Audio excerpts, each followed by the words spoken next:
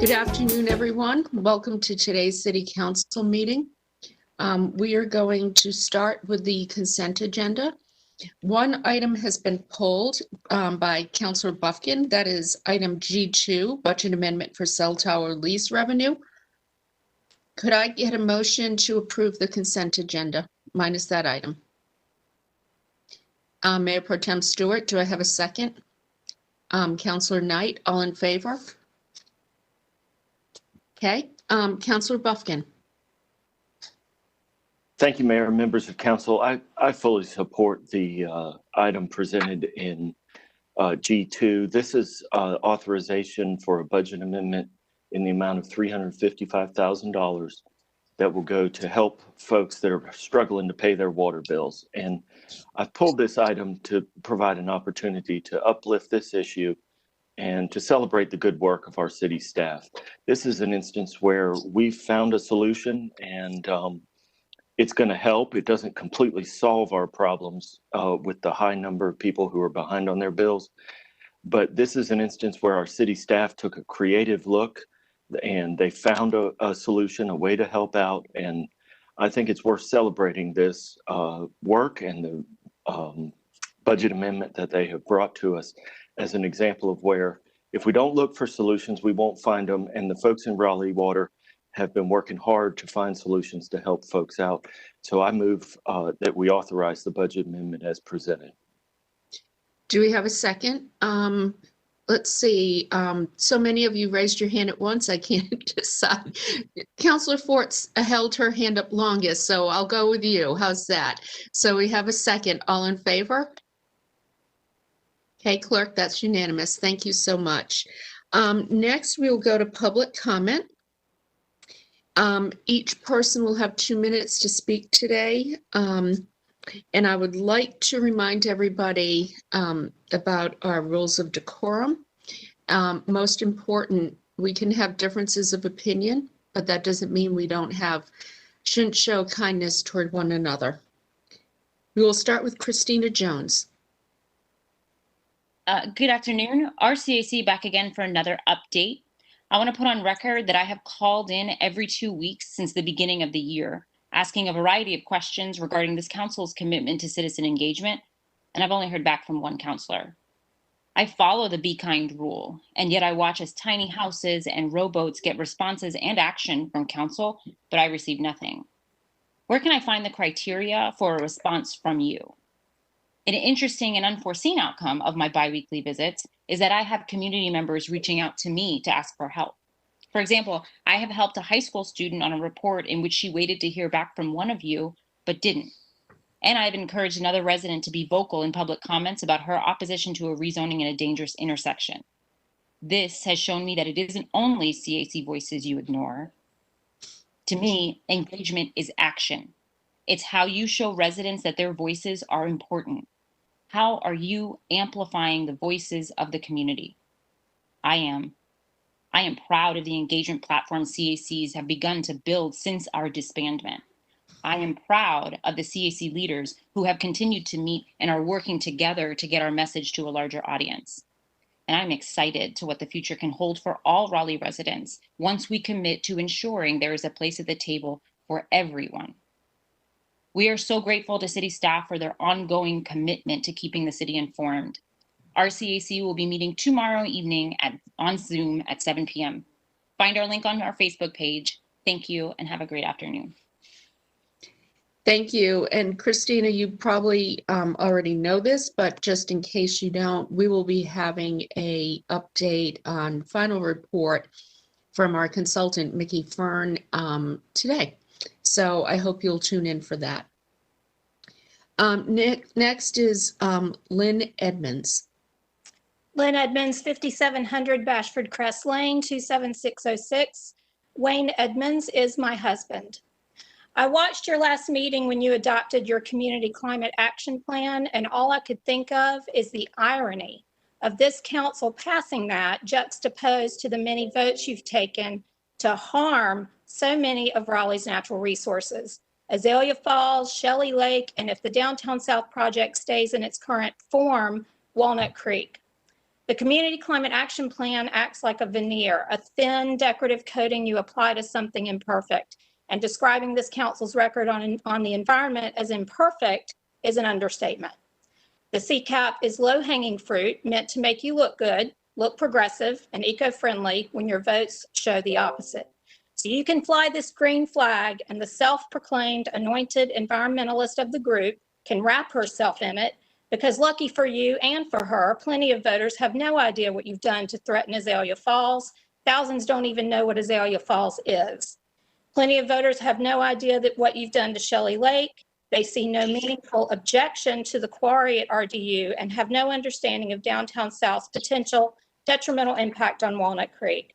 So while you might get some good press from the CCAP and it makes for really good social media, it's just a distraction. You as a council may have a political win this minute, but your collective harmful environmental votes thus far are a huge loss for the city of Raleigh that will be felt long after your tenure. Thank you, Ms. Edmonds. Next, we will hear from Welford Sims. Good afternoon. I am speaking about the $430 million tax break for Mr. Kane for his next project. I am 84 years old, and my wife and I live on fixed income. And as of now, we have paid more in property taxes than we paid for our home. And I'd like to know just why a multimillionaire should get a tax break over the next 30 years to make himself that much richer. If anyone needs a tax break, it is seniors like us on fixed income who worked hard to pay off our homes. We gave up taking so many vacations. We didn't buy new cars. We saved, we sacrificed. And I urge you to do the right thing and vote no on this tax break for Mr. Kane.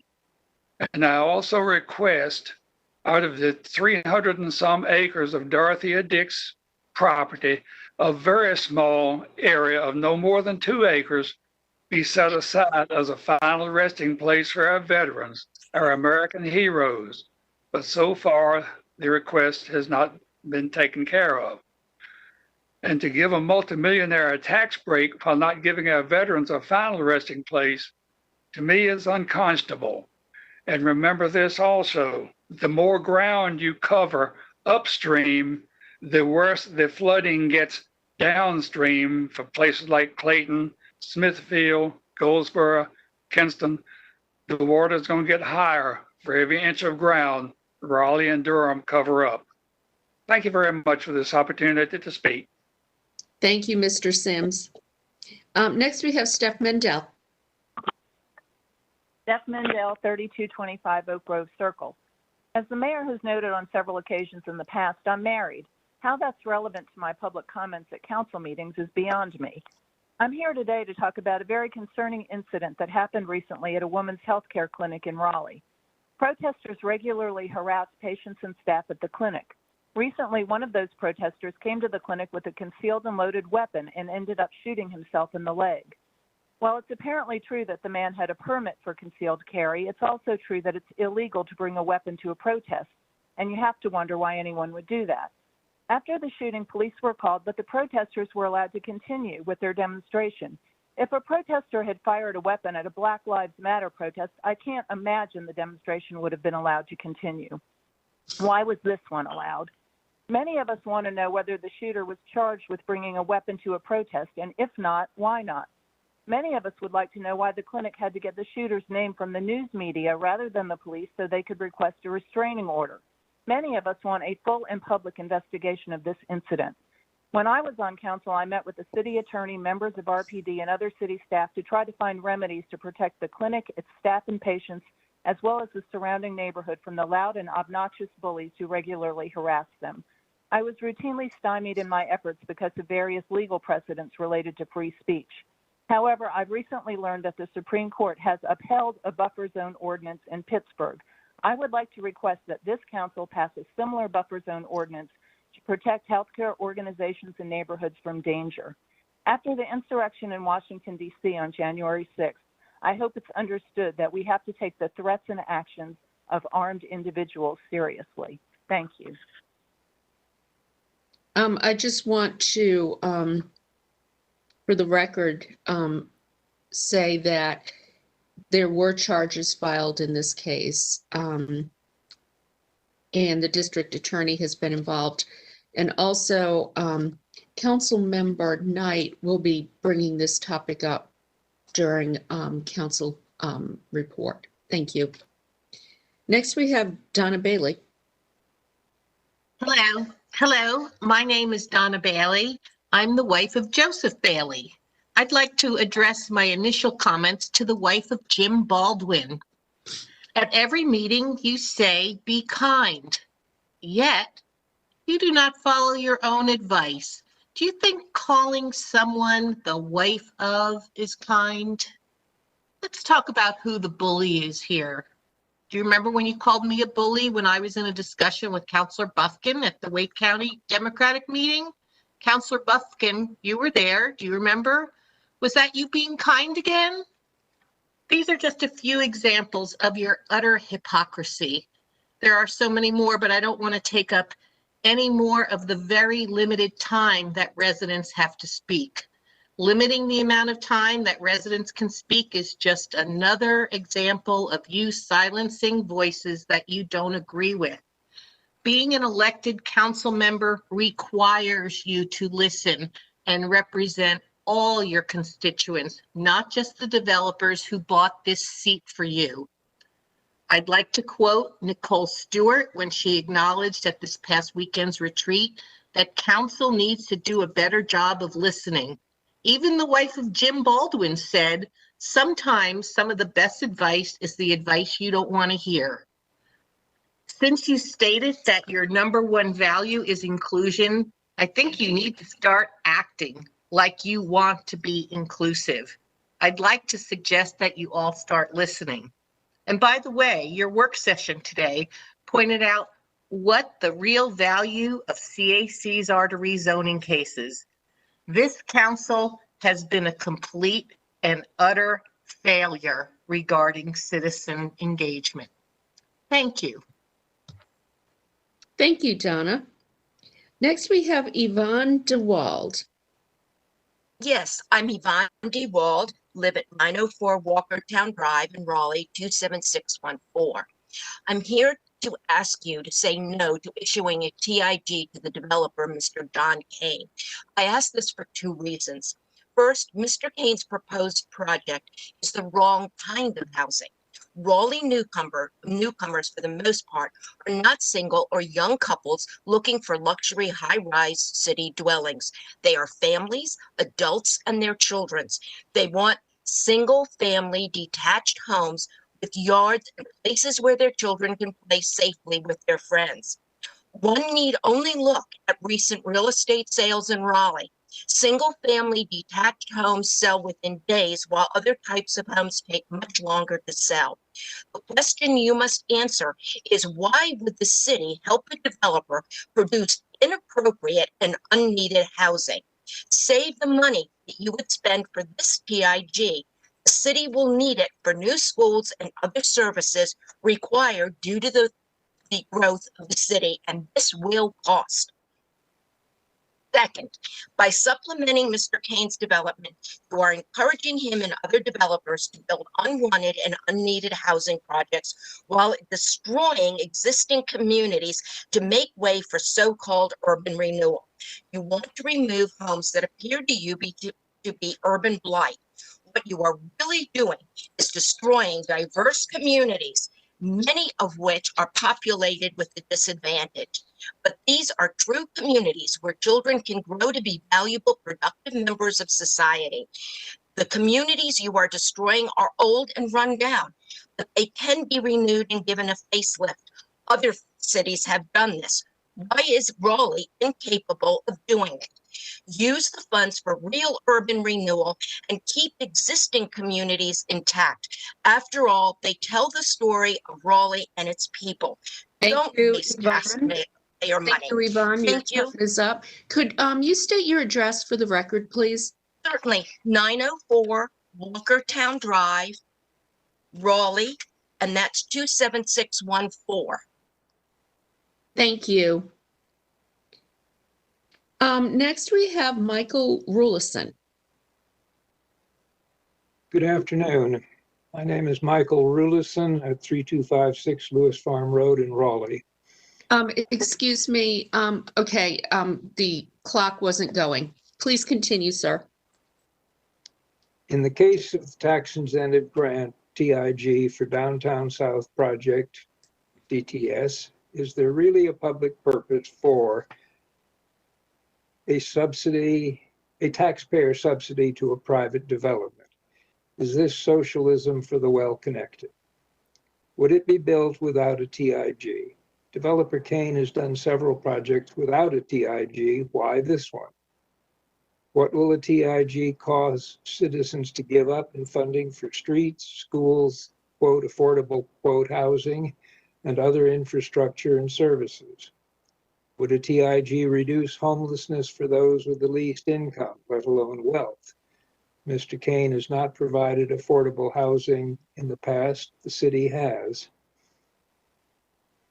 The TIG essentially flows directly through to the profitability of DTS. Kane interests paid current city councilors and members some $50,000 for their campaigns. A TIG would pay Kane interests $15 million a year for decades. That is almost a 300-fold return on those campaign contributions each year. A TIG for DTS would set a precedent for other city projects. The council has implied this is so by asking city staff to prepare a TIG policy. For all these reasons, I believe a TIG for DTS is not in the public interest and the council should not grant it. Thank you.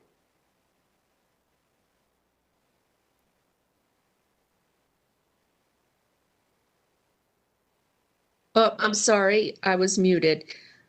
I'm following in Gail's footsteps. Thank you,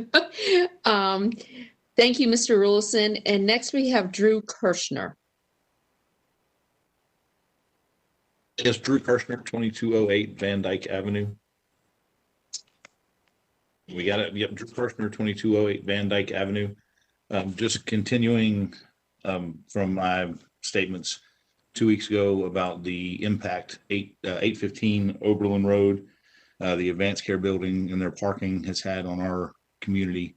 One is I have been contacted by the parking manager and it sounds like we are moving in the right direction, but just want to reiterate that they truly don't care.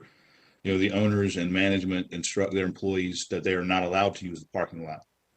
They tell them that they own that side of the street and they tell them to park in the street. So this morning when I looked outside, there are 20, 25 cars of employees parked in the street down Van Dyke and Parker, and the parking lot somewhat empty.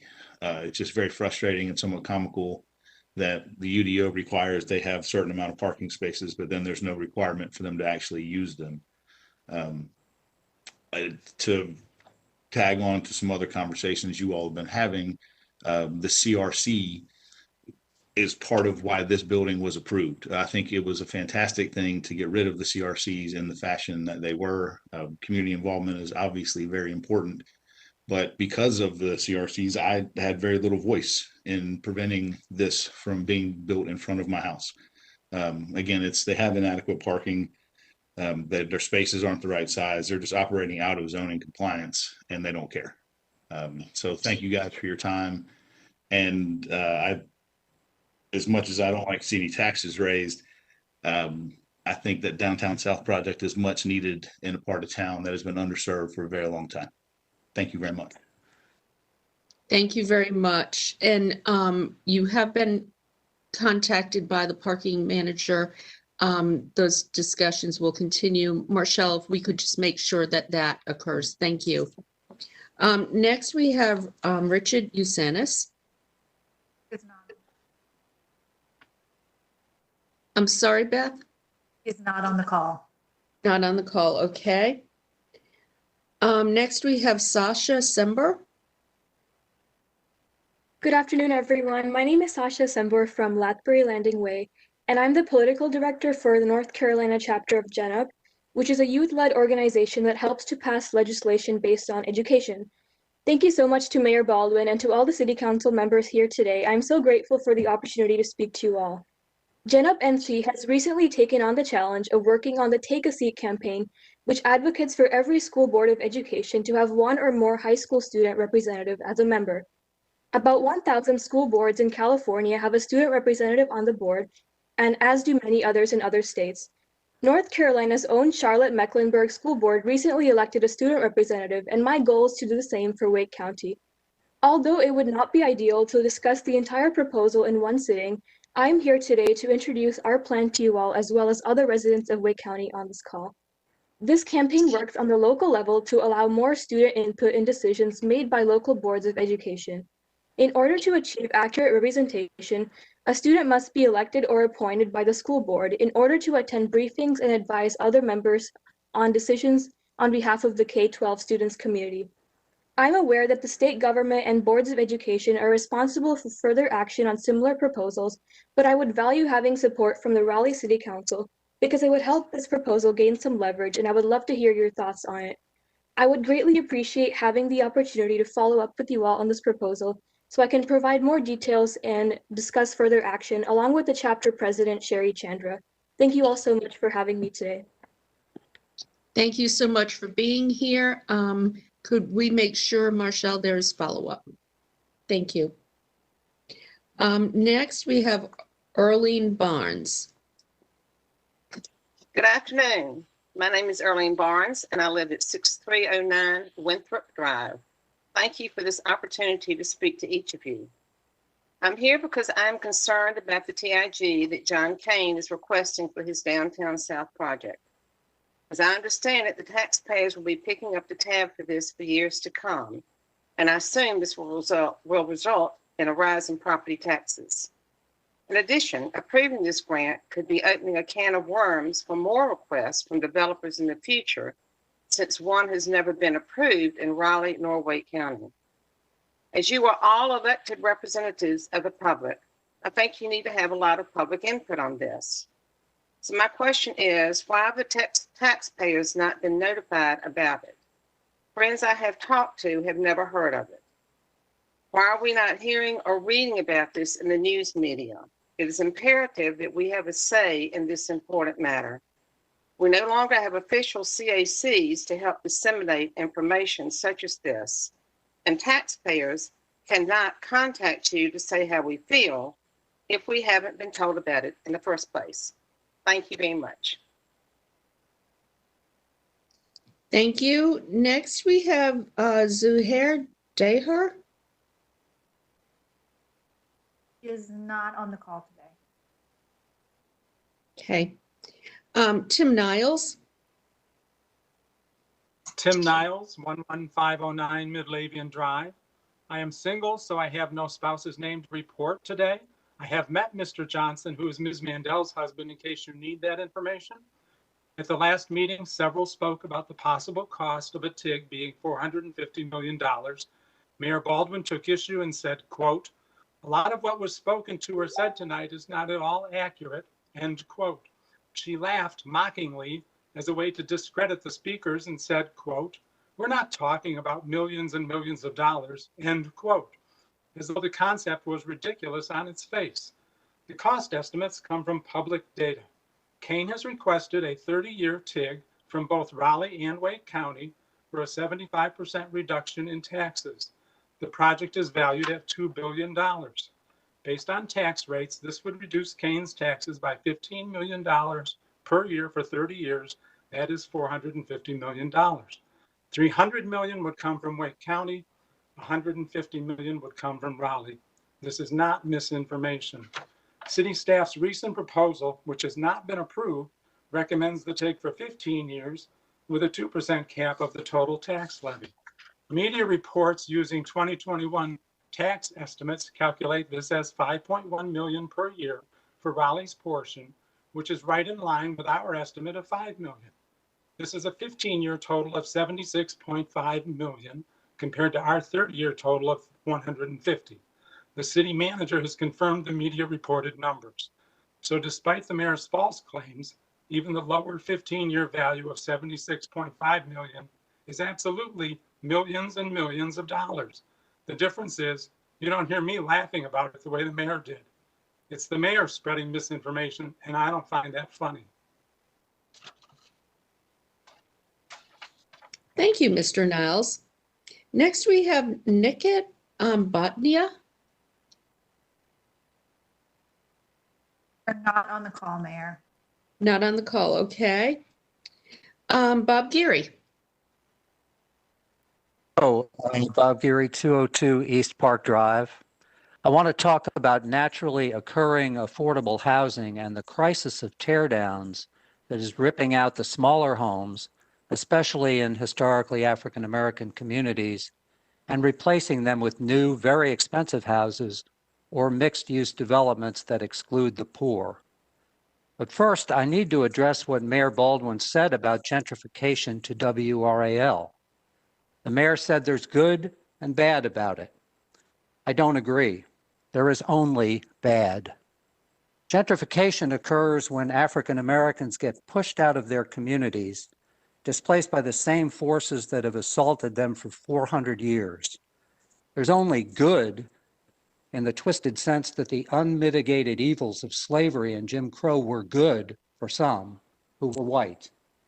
So too now with gentrification, when the children and grandchildren of privileged groups can simply rip out Black homes to make space for themselves.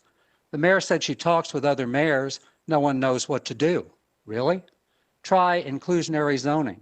Try grants to low-income homeowners to repair, renovate, and preserve their existing affordable homes. 2 weeks ago, my colleagues in the Wake Housing Justice Coalition asked that the new money earmarked for repairs and renovations in last year's affordable housing bond issue begin to flow by July and not be delayed, as staff proposed, until fiscal year 2023. The mayor said my colleagues were wrong, that no delay was proposed. I'm sorry, but she was not right about that either. Please review the Jarvis plan, read what it says, and revise it. Thank you. Thank you. Next, we have Richard Johnson. 3225 Oak Grove Circle. Mrs. Jim Baldwin has made it clear on several occasions that spouses are fair game at council meetings. So let's talk about Jim Baldwin. He works as a commercial manager at Trademark Properties. No conflict there. Between his work at Trademark Properties, the mayor's cushy job at Barnhill Contracting, and her dependence on John Kane's campaign money, they have all your developer, builder, and management needs covered. No conflicts there. In fact, if you watch the video of the council's planning retreat this past weekend, you will see that Mayor Baldwin's top priorities are all about building things, a new civic campus, an expansion of the convention center, and perhaps multiple sports arenas. No conflicts there.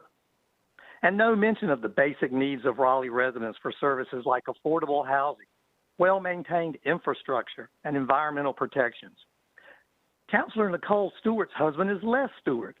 He's in business downtown running a beer joint and restaurant with a prominent local developer. This is why Nicole is considered the downtown councilor, even though she was elected at large to represent all of Raleigh. Nicole is also council liaison to the Downtown Raleigh Alliance, which gets hundreds of thousands of dollars from this council. No conflict there. It's widely known that if it's not about downtown, Nicole Stewart just doesn't care. Nicole's husband also operates a beer joint near Dix Park. Speculation has been running rampant for quite some time that Les and Nicole are working to get a beer joint located in Dix Park. No conflict there. Why do Mary Ann Baldwin and Councilor Stewart think they're entitled to do city business this way? Maybe they think no one's paying attention since their underhanded move conspiring with Councilors Melton, Bufkin, Knight, and disgraced former Councilor Sage Martin to withdraw city support from the CACs over a year ago. Thank you, Mr. Johnson. Well, your time is up. Thank you, Mr. Johnson. Your time is up. Appreciate that. Next, we have Ryan Keith. Keith 6220 Bramblewood Drive here in Raleigh. Several months ago, I turned on the local TV news and saw that Glenwood Avenue was flooded and all traffic was blocked for repairs to the water line in that area. According to the TV report, the city of Raleigh said the line had failed because it was part of an aging infrastructure here in Raleigh. Old water mains that are failing, sewer lines that are failing, streets and thoroughfares in Raleigh have deep holes in the asphalt, deep enough to rattle your brains if you hit one. Streets are cracking up. The street in front of my home hasn't been resurfaced since it was first paved over 40 years ago. Large development projects like the proposed Kane Downtown South project will generate large amounts of tax revenue for the city of Raleigh. This additional revenue could go a long way to fixing the crumbling infrastructure and help reduce the future tax burden on homeowners and property owners here in the city. Why give away millions of tax incentive grant dollars to a developer and open the gate for all developers to demand the same TIG treatment? This is bad for our economy long term. Reading from documents published by the City of Raleigh online, I've seen the benefit the TIG will give the Kane Downtown South project. I did not find in my reading how the citizens of Raleigh will benefit from this TIG. With all of this said and done, will the proposed TIG be revenue positive, revenue neutral, or will this TIG be a money pit for the paying citizens of Raleigh? Please act on behalf of the homeowners and working citizens in Raleigh and say no to the proposed tax increment grant for Kane Downtown South project. Thank you. Thank you, Mr. Keith. Next, we have Hua Huang. Hua Huang, 7401 Ebenezer Church Road. I would like to share the main talking points from Wake County Housing Justice Coalition. To the credit of Ms. Yolanda Taylor, a fellow member and community lawyer. First, Mayor's mention of Southeast Raleigh's very high crime. We're informed by watching a WRAL series that our mayor is not informed of anti-gentrification strategies that will balance growth with preservation of housing for Southeast Raleigh's longtime residents, and that the city doesn't center racial justice equity in its growth strategy, because if it did, Black and brown people wouldn't be disproportionately impacted by housing due to displacement. The mayor accused the residents of having misinformation, but the people are very much informed. We are informed that there's a targeted code enforcement by the city of Raleigh that finds seniors and low-wealth people who can't access the city's housing and rehab assistance. We know preservation of affordable housing is as important as creation of them, and we are informed that Raleigh Housing Authority is going to demolish a unit of affordable housing at Seclusion Court, North Carver Street, Heritage Park, and many more. We are informed the city not only granted Kane's rezoning request to build billion-dollar stadium opportunity zone, but the city has created a draft policy around TIG because of a developer's request and not for leading a vision of equitable growth. We are informed that City of Raleigh doesn't have a standalone policy around affordable housing and equitable growth because its transportation plan that just happens to incorporate housing. Affordable housing is not an affordable housing plan. We've informed the City Council of recommendation and strategies to incorporate in planning and zoning to mitigate effective gentrification, and we have not received a response as of today. And finally, we'd like to invite everyone to attend our upcoming webinar to discuss the need to save existing affordable housing in Raleigh, March 31st at 7 p.m. More info on social media. Thank you. Thank you. Next, we have Wanda Gilbert Coker. Wanda Gilbert Coker, 341 Gilman Lane. I live in Southeast Raleigh, District C. Mayor Baldwin and City Council members. Mayor Baldwin, I find your recent comments on the WRAL TV documentary about gentrification in the Black community in Southeast Raleigh intentionally and horribly racist. How dare you blame the Black community for the centuries of systemic racism, white privilege, and oppression? How dare you blame us when the city of Raleigh has never invested in the protection and actual racial equity in our community? Drugs and corner stores were planted in the Black community to take our people out. We don't own the corner stores, but those who support you do. In fact, I remember when Ms. Octavia Rainey organized marches and brought in experts to address how corner stores that sell malt liquor were placed in our community as a means of redlining. Yet the city of Raleigh did nothing then to curtail the redlining in the Black community, and you all are not doing anything now but looking for excuses. The city of Raleigh has a history of gentrifying and erasing the Black community. Instead of using our tax dollars to invest in resources and job training for my people. The city has never addressed the trauma and mental health issues that stem from slavery, Jim Crow, mass incarceration, police brutality, and homelessness. Thompson, Hunter 1 and 2, along with other historically Black communities, have been erased due to gentrification and genocide at the hands of white supremacy and white privilege. You said there are no easy solutions. That's not true. The Wake County Housing Justice Coalition has consistently given recommendations and solutions to the City Council and Larry Jarvis. As of today, we have not received a response from Corey Branch or you or no one else Thank from you. the neighborhood. Thank you, Wanda. Your time is up. Next, we have Barbara Smalley McMahon. Thank you. I'm Barbara Smalley McMahon. My husband, Jim McMahon, and I live at 602 North Bloodworth Street.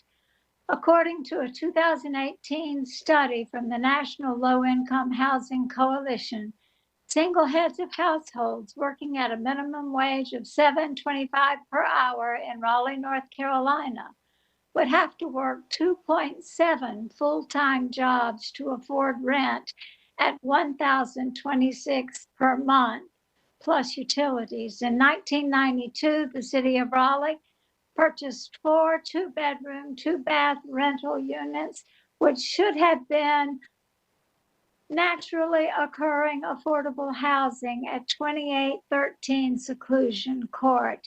However, in 2019, residents paying $575 per month were displaced from their homes by the city. Raleigh failed to prevent erosion of the steep embankment, causing flooding and moss to grow down below, which increased health risk to the people living there dealing with mold and mildew.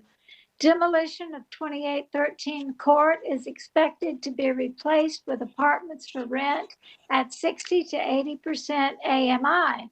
As it turns out, RPD officers who are interested and work at Raleigh Police Station North at 6716 Six Forks Road are likely to be waiting to move in so they can enjoy the benefits of a 6-minute, 3.3-mile drive from work to home. Meanwhile, the Black, Brown, minority, and Indigenous people of Raleigh are waiting to see if City Council will cast your usual 6-1 vote to approve your usual affordable housing plan that protects and promotes safety in an increasingly gentrified. Thank you, Barbara. Your time is up. Thank you. Place. Next, we have Catherine Bird. Catherine Bird, 509 Smoke Ridge Lane. I'm here yet again in support of the demands from Raleigh Pact and Raleigh Demands Justice. Even after the events of last summer, it seems that little progress has been made by the city in terms of creating real change that would prioritize the safety of Raleigh citizens. Other cities like Denver have shown that in less than a year, it is possible to create successful new programs with an entirely different approach to community safety. I'm pretty disappointed and frustrated, and I haven't even been at this very long. Raleigh Pact has been coming to you, City Council, since March of 2016, so that's 5 years ago now. Over the years, they've provided detailed proposals for the type of police advisory board they would like to see, a board that actually has the power to fully investigate incidents and policies related to law enforcement and ensure that the police are acting in the best interest of the community that they are supposed to serve and protect. Instead of that board, last year a different board was created, one whose purpose is, according to the City of Raleigh website, only to review existing policies and engage community members. And even if that purpose so narrowly defined, even with no real power actually granted to them, they have been prevented from carrying out their duties. They have not even been allowed to see the very policies they need to investigate. It seems ridiculous to have to remind you that the government is in place to serve the people, not the other way around, and yet there is still all this empty talk of engaging with the community, when in reality, community groups have been attempting to engage with you for years, and continually they were refused serious consideration. I watched the Raleigh Demands Justice press conference about the Police Advisory Board resignations, which is available on their Facebook page. To paraphrase something Serena Johnson, the coalition coordinator of Raleigh Pact, said in that meeting, police misconduct or misuse of force isn't something to be taken lightly. It is a matter of life and death. People are directly impacted on a daily basis. So to recap the 4 demands, hire a lobbyist to push state officials to grant investigative and subpoena power to the Police Advisory Board, issue a written statement providing legal reasoning behind withholding police policies from the board, allow the board independence from the interference of the Office of Equity and Inclusion, the city manager, or the police chief, and invest in economic justice by funding the community and implementing the demands of Refund Raleigh. Thank you. Thank you, Catherine. That is the completion of this week's public comment period. Next, we will go to the report and recommendation of the Planning Commission.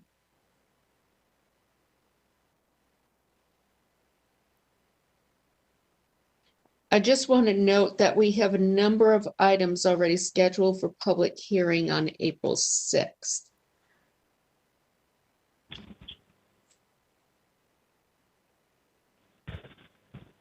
Good afternoon, Mayor and Council. Ken Bowers with Planning and Development.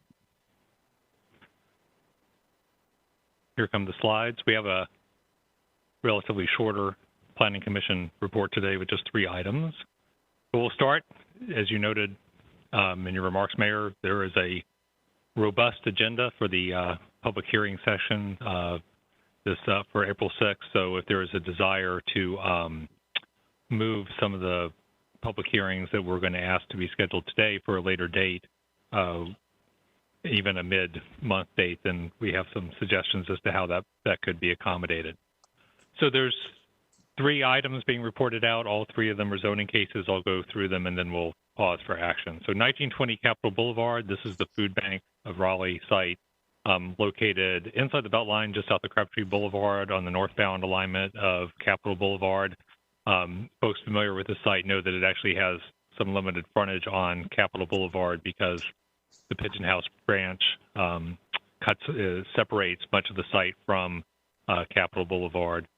The proposal here is simply to remove the frontage and replace it with some conditions, and the intent here is to allow a ground sign that is not permitted in the urban limited frontage to be constructed on the site to provide visibility for both workers and deliveries and others who need to access the site.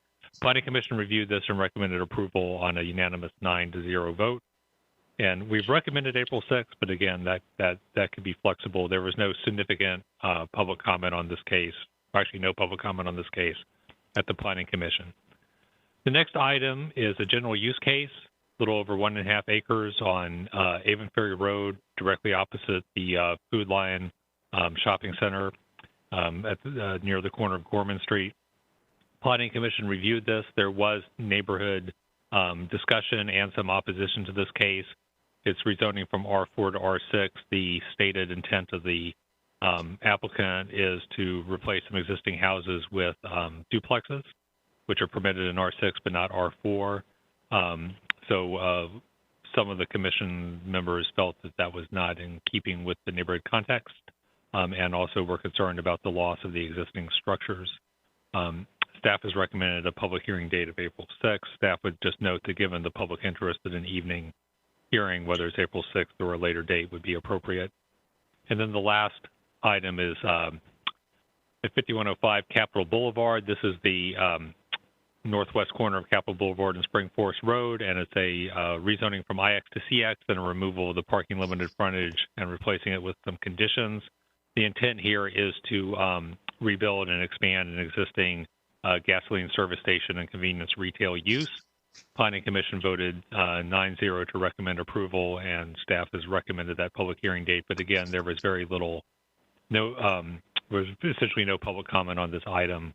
And so a mid-month hearing could be accommodated for this one if it's the will of the council. I'm also joined by Roberta Fox, the Planning Commission Chair, if there's any specific questions about any of these votes. And that concludes my presentation. Thank you, Ken. Councilmember Knight. Thank you, Madam Mayor. Just real quick, Mr. Bowers, on the agenda item details, it would be helpful, and I would appreciate if y'all would do this in the future, as you have it for annexations, you have which district it's in. And if you would just just add that as a better, fuller explanation on future agenda item details, that would be helpful for the rest of the items. That'd be great. Thank you. Yes, we can absolutely do that. And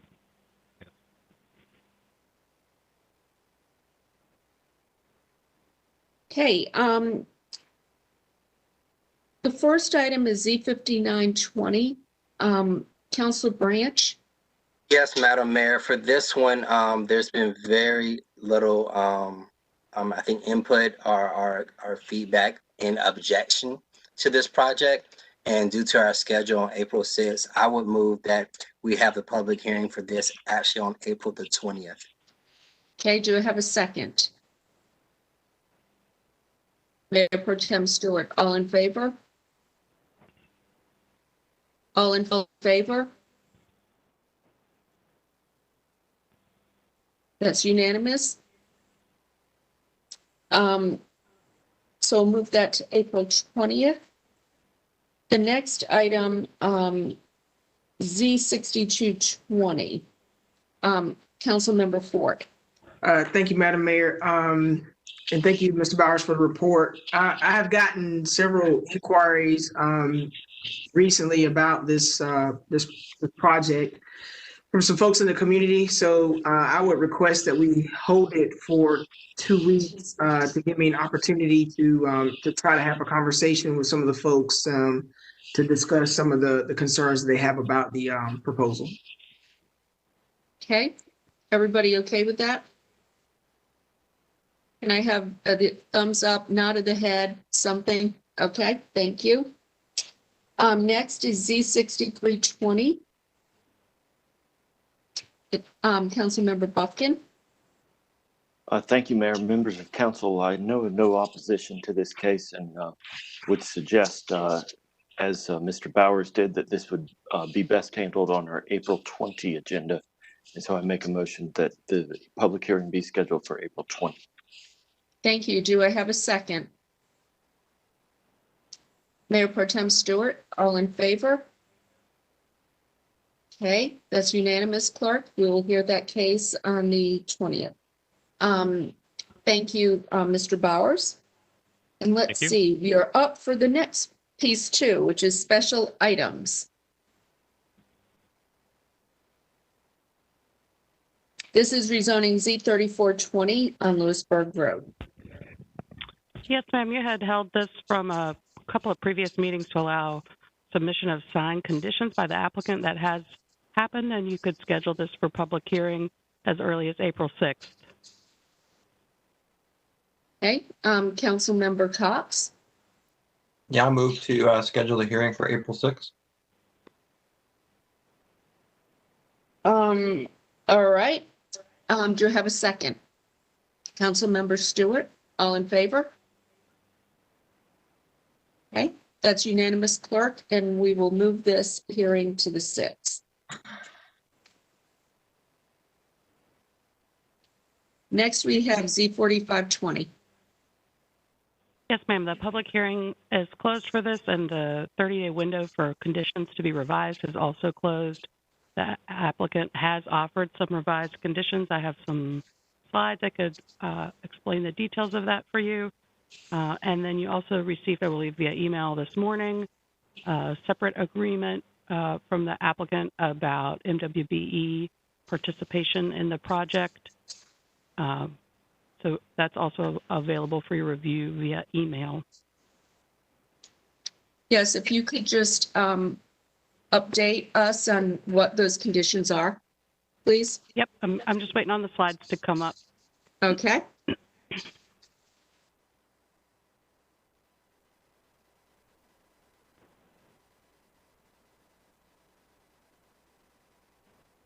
This is Z45 on Buffalo and New Hope Road.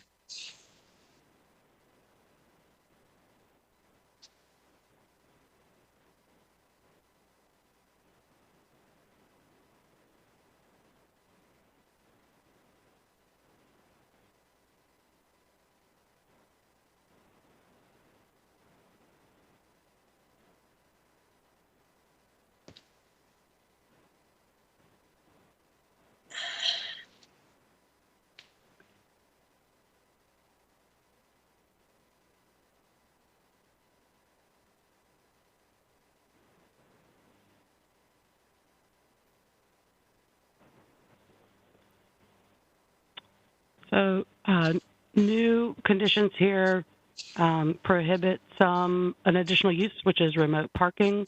They have also prohibited building within 150 feet of the southern property line. And then in addition to the 75-foot limit on the eastern property line, they have added that no building greater than 3 stories should be located within 100 feet of that same property line. They have also added the opaque fence, not just on the southern boundary, but on the eastern boundary. They have limited building height across the whole site to no more than 59 feet. And then the qualifying areas within 85 feet of the eastern and southern boundaries have been designated as tree conservation areas, with the exception, of course, where sewer may be needed to serve to the development. But so what they're saying there is that those would be existing trees there would be preserved.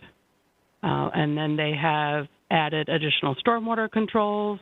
They have provided a minimum of 8-foot sidewalks, provided some traffic impact mitigations for the North New Hope Road and Buffalo Road intersection, provided bike parking, and also an additional paved area of 15 by 25 feet. And just a quick look at that, the 3-story limit on the eastern boundary, right? The overall setback across the site on the eastern and southern side, as well as the specified tree conservation area indicated with the purple line. Can I answer questions for you about the newly offered conditions? Councilmember Cox? What is that pad of concrete for? Let's look and see. I think it's probably tied to the bike parking.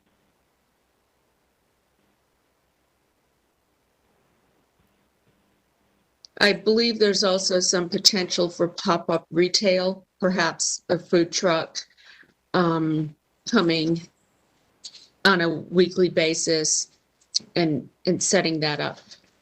That was my understanding as well. There was hope for events on the site. Okay. Now I've looked at the IMAPs for the property, and the sewer connection, water sewer connection seems to be, I guess it would be in the southeastern corner of the property where the tree conservation area has been designated. And so it looks to me like the sewer line would have to run up the eastern boundary of the property, which would really negate the tree conservation area because you can't have trees on top of a sewer line. Is that correct? So as the condition is written, the tree conservation would be enforced only where sewer was not required. Okay, but that's where the sewer connection is, and it runs up the eastern side of the property. So effectively, it's a nice condition, but the trees will go anyway in order to allow the sewer line to go in. Okay. Those are my only questions. This is in my district, so when we're ready, I'll make a motion. Well, I am actually, after reviewing the new conditions, I am going to make a motion to approve. And I move to adopt the proposed consistency statement dated March 16, 2021, contained in the agenda materials, and to approve the zoning amendment with the adoption and effective dates described in the agenda item under recommended action. I would also like to add, that has been seconded by Councilor Mayor Pro Tem Stewart. I'm making this motion because I believe that the developer has worked in good faith, but also this request will permit more housing in the area and provide for relatively more affordable housing than detached housing. Also, the request will permit more people to live in an area city with convenient access to public recreational amenities, commercial amenities, and job opportunities. This is about 10 minutes from our downtown. So I have made that motion. It has been seconded. And I'm going to call for a vote. Well, there's a hand up for discussion before we vote. Councillor Cox. Okay, I have a statement that I would like to read. Okay. The residents of Buffalo and North New Hope have worked in good faith with City Council and staff to create a small area plan and zoning that is a win-win. Key policies related to heights and neighborhood transitions have been well-defined and established through language in the small area plan and through zoning established just 5 years ago. We are now being asked to change all of that with the claim that it isn't enough. The developer is asking for greater height and is asking that we reduce the neighborhood transitions. The residents who worked so hard and in collaboration with council and the city oppose this request and ask that we support development within the parameters that they worked with the city to establish. More than 500 have signed an online petition, and a group of representatives have diligently attended every meeting. They have clearly stated that they support development within the policies of the small area plan and the neighborhood transitions established by current zoning. In addition, upon review of this case, the Planning Commission voted 5-3 to recommend denial of the rezoning, with the majority agreeing that the city's prior commitments are in the public interest. There is the argument that we are in a housing crisis and that council must approve any and every opportunity for more housing. The theory is that housing prices are high because of a lack of supply. However, that theory is overly simplistic and doesn't hold up to scrutiny. Many factors affect prices and shifts in the demand curve for housing. Two prominent factors include high household incomes and speculative property investing, but there are many others. It is also not true that council hasn't approved enough housing in the past.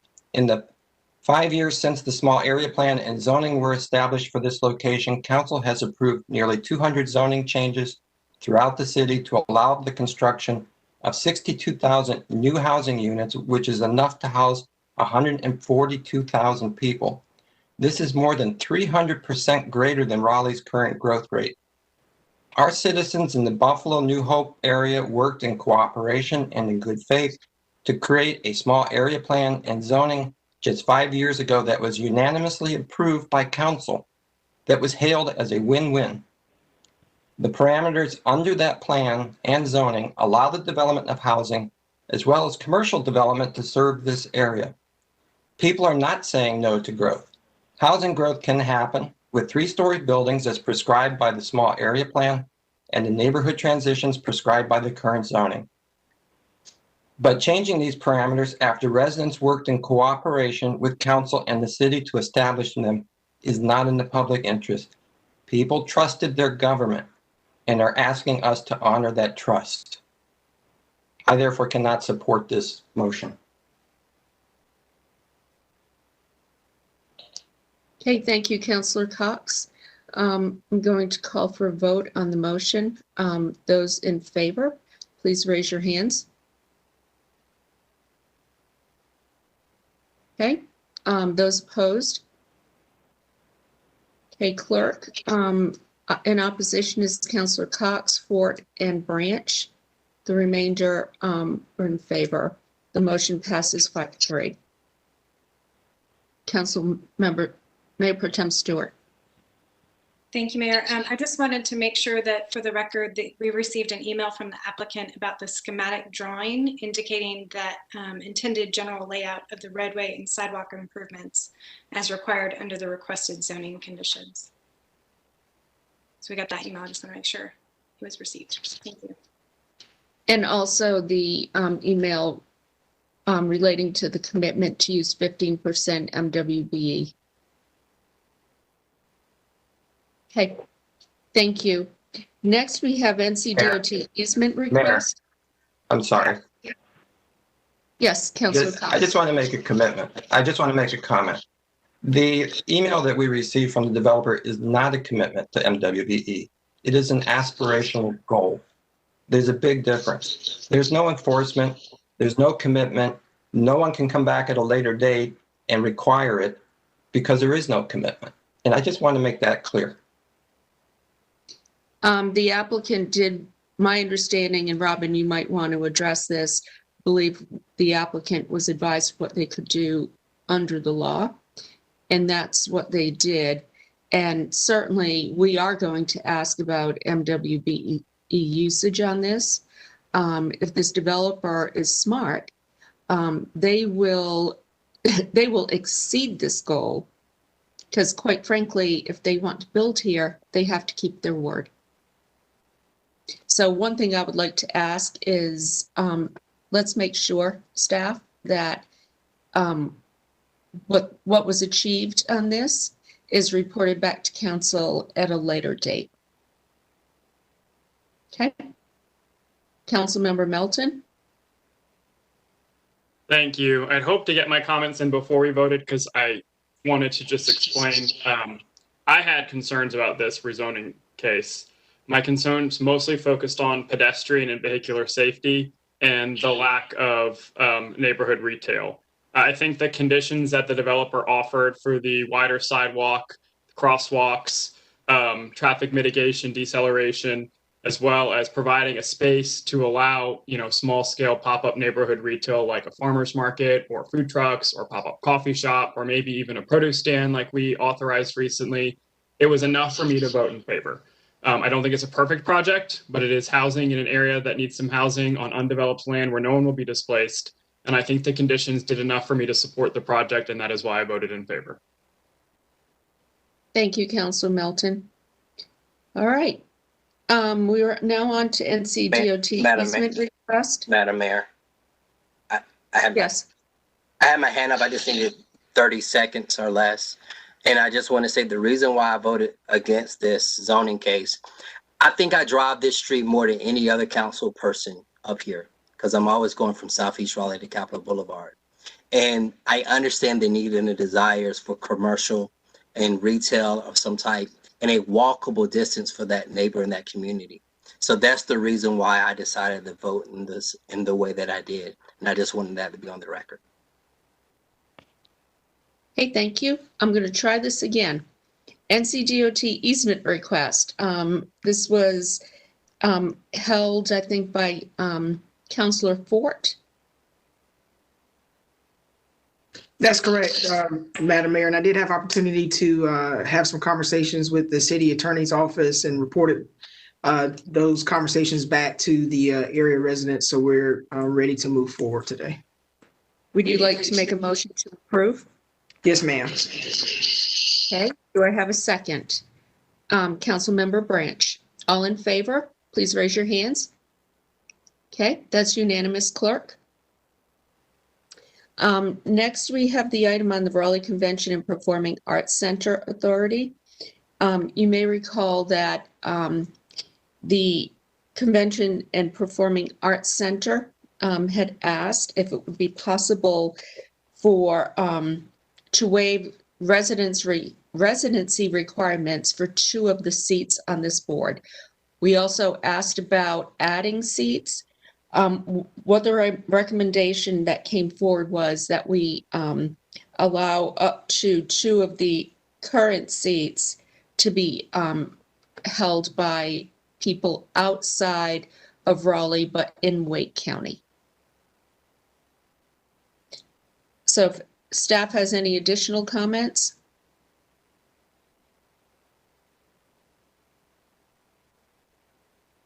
I guess not. I'm going to, this came through me as the liaison to the Convention and Performing Arts Center Authority. So I'm going to make the motion to approve.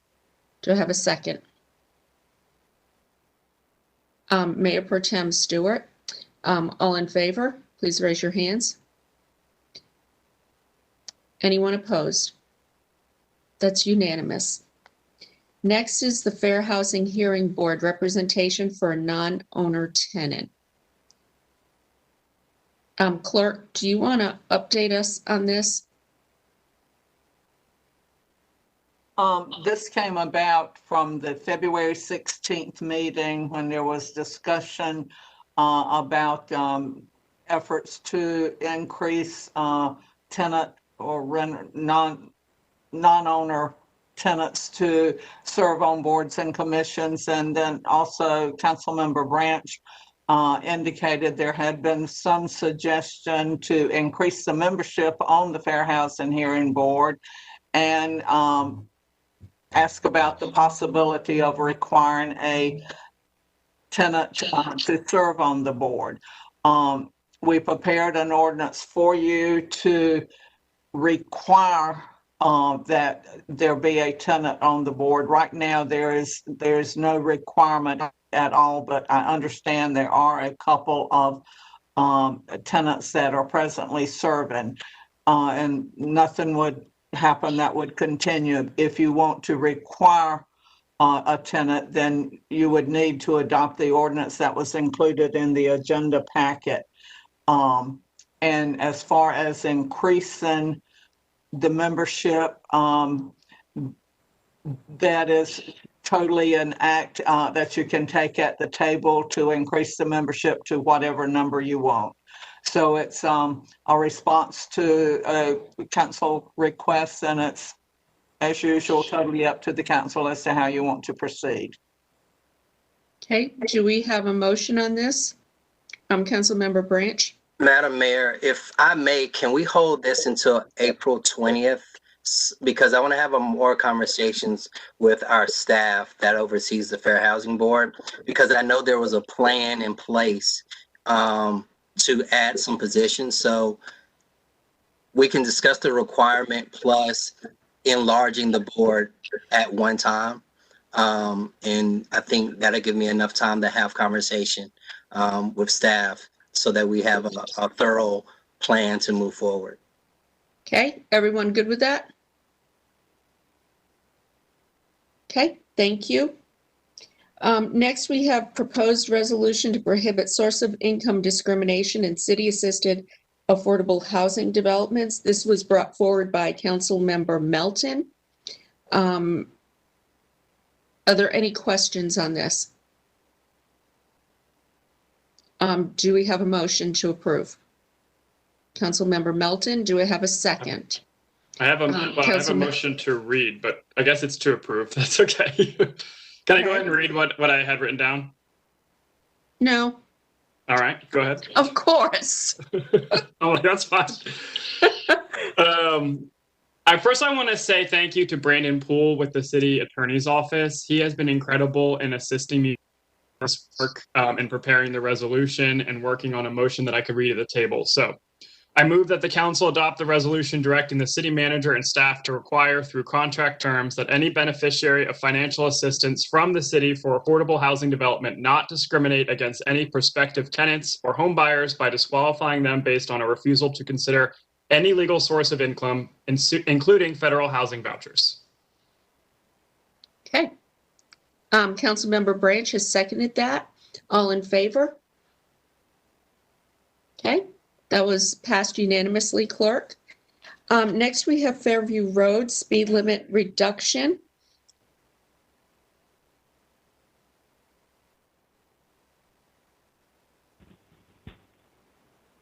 Hi, my name is Will Shoemaker, and I oversee the Neighborhood Traffic Management Program for Raleigh, and part of that program oversees the speed limit reduction process. So based on Councilmember Knight bringing up a potential for a further reduction on Fairview Road at the last council session, it was requested that we would bring back a special item to kind of go through what has previously been done, the history, what policy states, and give council some considerations for what can happen to move forward. So currently, Fairview Road, there are 3 sections, and all 3 sections are pretty different in how they are used. The section that Councilmember Knight has been referred to as the red section in the middle, but wanted to provide the full context of the entirety, where the blue section still has currently the 35 unposted statutory speed limit, and based on the records that I can find, there have been no requests to reduce that speed limit. The green section to the southeast had completed reduction to 25 miles an hour in 2013, and in 2014, through a petition, the residents from Overland Road to Glenwood Avenue successfully lowered the speed limit from the statutory 35 miles an hour to 30 miles an hour. Through our continued conversations with the community in December 2019, we went through and looked at the signs and found that a few had walked away over the years, as well as some best practices had needed to be updated. So we went through and added more 30-mile-an-hour signs along the entirety to make sure that there was consistent 30-mile-an-hour messaging from end to end. Also, looking at the volumes, the blue and the green sections are around 2,000 vehicles per day, whereas the red section is a little bit greater than 4,000 vehicles per day. And why I brought that up is because vehicle counts are extremely important into how we set speed limits on our neighborhood streets. The NTMP policy dictates that all streets with vehicle average daily trips of 4,000 or less are reduced to a 25 miles an hour speed limit, and all streets that have greater than 4,000 average daily trips are reduced to a 30 mile an hour speed limit. Looking at Fairview Road between Overland and Glenwood, it has a historical average daily trip of about 4,200. So due to this greater than 4,000 average daily trips, the speed limit has been lowered to the maximum level per adopted policy, and it is posted at 30 miles an hour currently. So we went out in September 2020. This is the most recent evaluation. This was St. Mary's to Glenwood Avenue, so we left off one block in our evaluations. But we found that the 85th percentile speed, meaning that 85% of cars are going at or under the speed that I'm about to quote. So that speed is 32.65 miles an hour in a 30 mile an hour zone. So it's a little bit faster than the speed limit, but it's right there within about 2.5 miles an hour for general traffic flow. So there are some pros and cons of further reduction of the speed limit. A pro is that drivers react positively, and they all proportionally reduce their speeds and obey the new lowered 25 mile an hour speed limit. On the flip side, a con would be that drivers disregard the new speed limit and they continue to drive at their current speeds, and that would further exacerbate any speed compliance issues. 32 and a 30 is pretty close. There's that expectation there that drivers are going approximately the same, where if they don't change, it would be 32 and a 25, and you start to create the difference between that speed and the expectation of what people are going really gets greater.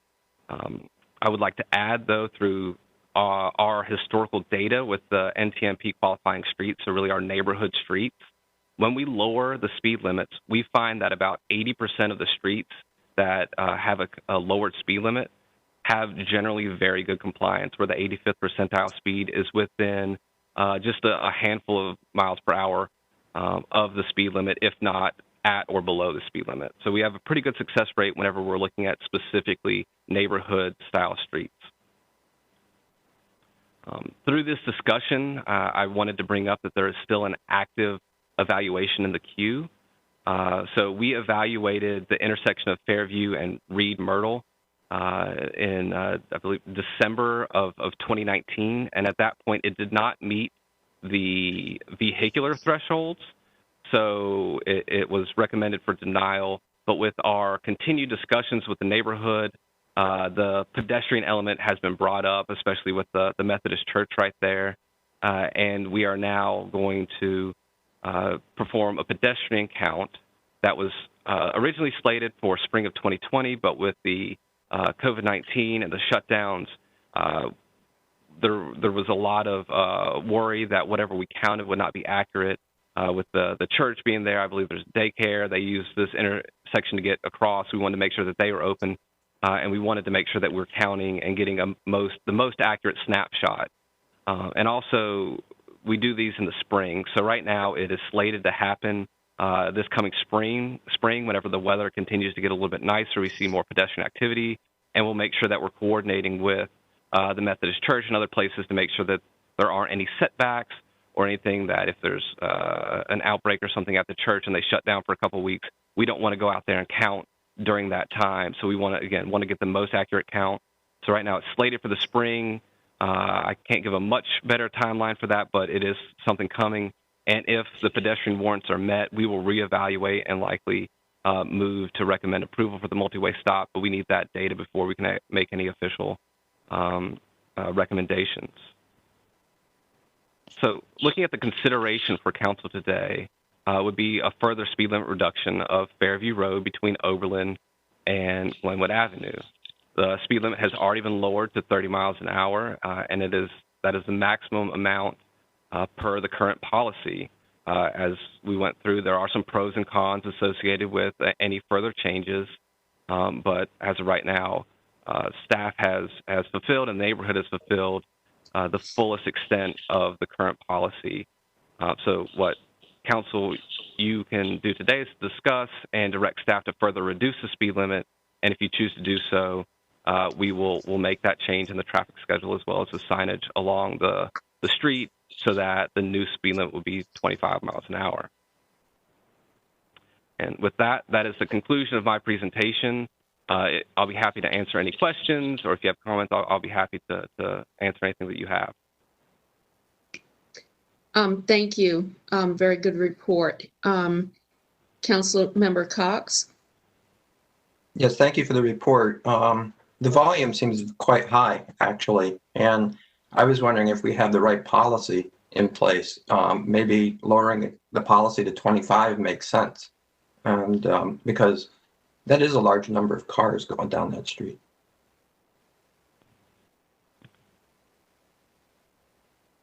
And you're on mute. Knight. Thank you, Madam Mayor. Yes, I agree with that, Councilor Cox, and I think that's something we need to look at from a sort of a citywide perspective, a comprehensive perspective to do that. I think if anybody's been on this stretch of this road, they know how tight it is. There's parking allowed on some parts of it. There's no sidewalks on some parts of it. It's a very dangerous, and I could show you pictures of accidents that have occurred. Fortunately, as far as I know, nobody's been hurt badly or killed, but it is a dangerous area, and this is one of the tools of traffic calming, public safety that we can use, the council can use, while the staff can't. The council can, and as Mr. Shoemaker said, we're going through a process here that's been going on for some time of trying to see and look at and use all the tools that we have to make this area safer. School buses do also stop on this road. As Mr. Shoemaker mentioned, there's a very large church in terms of attendance and congregation. So there is a lot of pedestrian use, not just vehicular. And I've been out there, I drive on this road all the time and been out there walking around with the neighbors who are in full support, as well as the local sort of business association at 5 Points is strongly supportive of this move. And at the proper time, I'll make a motion, Madam Mayor. Any more comments? I think it's the proper time to make your motion. Thank you, Madam Mayor. I move to further reduce the speed limit on Fairview Road between Oberlin Road and Glenwood Avenue from the current 30 miles per hour to a lower 25 miles per hour speed limit. Do we have a second? Councilmember Cox has seconded that. All in favor? Okay, Clerk, that passes unanimously. Thank you. Thank you, staff, for that thorough report. Okay, next we have the community engagement final report with Linda Jones from Housing and Neighborhoods and Mickey Fern. Good afternoon, Madam Mayor and members of the council. It's great to see you all again. I'm Linda Jones with Community Engagement Division in Housing and Neighborhoods. On behalf of the community engagement staff, I come before you today excited to hear recommendations from Mickey Fern to help us reimagine and implement an inclusive and an empowering community engagement strategy for the city of Raleigh. Staff and I want to thank Mickey for the opportunity to collaborate, but most importantly, for the opportunity to learn while we're going through this process over the past few months. As always, I want to thank you as City Council for your support and guidance. And with that said, I introduce to you again Mickey Fern. Thank you. Welcome, Mickey. Good afternoon, Mayor and Council. Where will the presentation show up? Will it show up here? Okay. It was kind of hard to sit there for an hour and 20 minutes, only because my anxiety got to rise to a peak about making this presentation. But it was also really, really helpful because it reminded me of just how complex government is. And just like any ecosystem, you know, it has diversity, it has order, it has randomness, it has chaos, and community engagement is what helps us to adapt.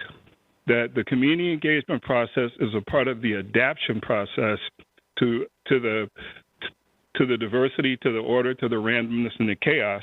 And I was able to think about that while I was waiting. I had some thank yous to make to Mayor Baldwin, who, well over a year ago, we met socially somewhere, and she walked up to me and said, Mickey, how can we or can you help me create an inclusionary participatory democracy? And we had that conversation not tied to anything else, but just tied to the need to create something that looked like an inclusionary participatory democracy. I want to thank the council for their input in the process. Each of the council people I talked to were very, very positive. And for a while, I was feeling abandoned because nobody was talking to me. I'm going, how come they're not talking to me? And I realized that you really needed to stay out of this.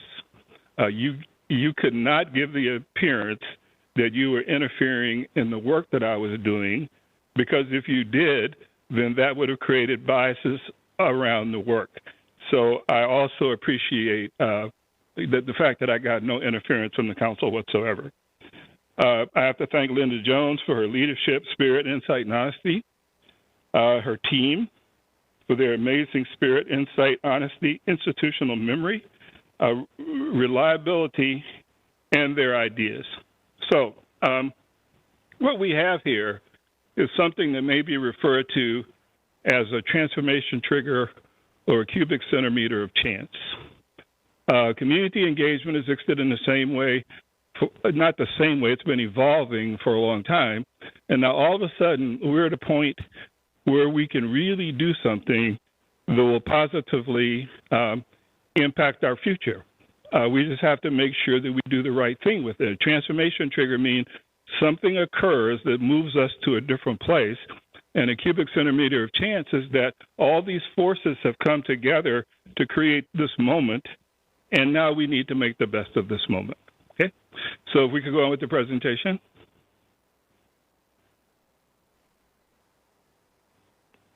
And will you forward the slides or?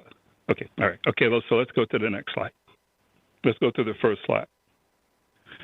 So these recommendations are based on hours of conversations with lots of people and study, talking to people from different jurisdictions, talking to hundreds of people in the city of Raleigh, talking to staff, talking to community organizations, and now it's responsibility of council to sort of prioritize, sequence, decide what we're going to do, when we're going to do it, and then how we're going to vet these things with the external stakeholders. Next slide.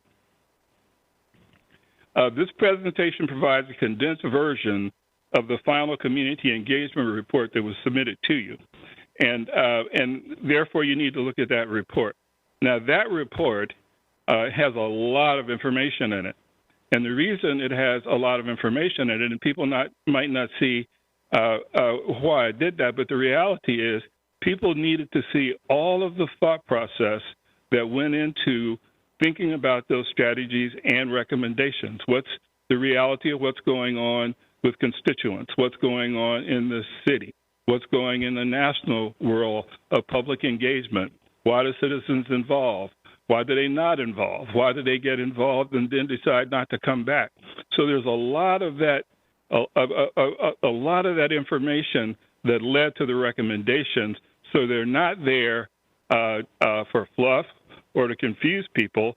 but to let you know what the thinking was, the comprehensive thinking was that actually went into the recommendation. So let's go to the next slide.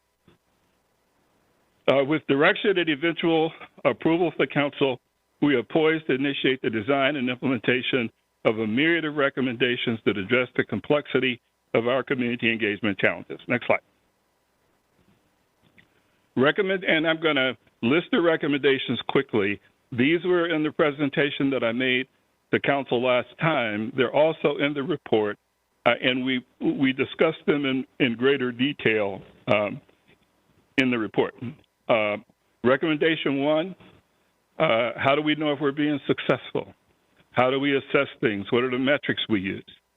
Recommendation number 2, supporting community and neighborhood organizations however we decide to form them. Now, there's no secret that a whole lot of this process was about the importance of CACs and what CACs did. And CACs evolved to meet some things that were going on at the time. We still need to create something that provides the services that CACs provided, but community engagement is not necessarily limited to those services. So we need to provide support for community and neighborhood organizations. We need to look at customer service as the ultimate community engagement transaction, and we need to increase the potency and capacity of the thousands of transactions that occur between constituents and governments every day. And that might include, and we've already done things like this, to include information and water bills, or if somebody comes up to have a transaction at a counter, asking them a question or offering them information. But we need to increase the potency and capacity of the thousands of transactions that take place every day. Next slide. Implement continuous learning activities and capacity building strategies for the city council, for city staff, for constituents, for community organizations, and of course, we already do some of these things. And the Community Engagement Office provides some of those learning experiences, but continuous learning is one of those things that contributes to our positive adaptation. Funding and support. And I think we have to start thinking like community engagement is not an expenditure, it's an investment. And we've never calculated either the psychic or fiscal costs of good community engagement. I mean, how does great community engagement save the city money? How does great community engagement increase civic spirit? So, and we also need to look at how we bring resources from the outside and rearrange resources that are inside to accomplish what we need to do. We need to look at the generational implications of community engagement. What are the practices of young people? What are the practices of people between the ages of 20 and 45? What about seniors? We need to look at how age affects people's inclination and ability to engage. We need to look at equity and inclusion, and certainly nothing could be more important than this. As a matter of fact, the recommendation is that the Office of Equity and Inclusion and the Office of Community Engagement should be joined at the hip, that they should be working together consistently. Neither of those offices, however they're structured now, can accomplish what they want to do by doing it in a silo. So those organizations need to be joined. Next slide. Create a community idea and innovation system. I got to believe with 500,000 people in the city of Raleigh, that maybe half of those people have an idea about something in government that could be better, or something in government that could be enriched. And they have to have a place to take those ideas. Those ideas are currency. The same thing is true inside the workforce. So where does a person who has an idea about improving something in Raleigh take that idea? Where does that idea go? How does it get seriously considered? Who does it get presented to? So creating a community idea innovation system. Creating a stakeholder communication strategy. As a leader, how you communicate is just as important as what and why you communicate. And we just heard this morning citizens being very concerned about about not getting calls back or some people not returning messages. That communication was one of the things that came out as a most important part of community engagement, and therefore then the Office of Community Engagement and the office or the department and the Department of Communication also need to be joined at the hip, because they need to be creating the messages that are informing citizens about what's going on in the city. Recommendation 10, community building, celebrations, kinship. The more opportunities we give citizens to gather, the more they find common ground, the more they find a shared vision, and the more they find shared purpose. So actually intentionally creating opportunities for people to come together, even though they have differences, is a benefit to the city. One of the things that's happening, of course, across the country is America and cities are sorting themselves, and people are beginning to live in places with people who believe what they believe, and that sorting is creating festering hostility and antagonistic cooperation. So what can we do that keeps the city from sorting?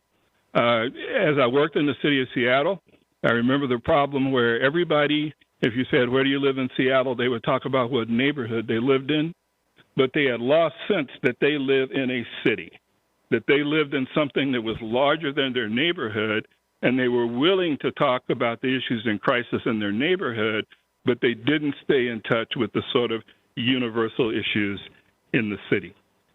And then recommendation 11 is the creation of a community engagement office or department that reports directly to the city manager.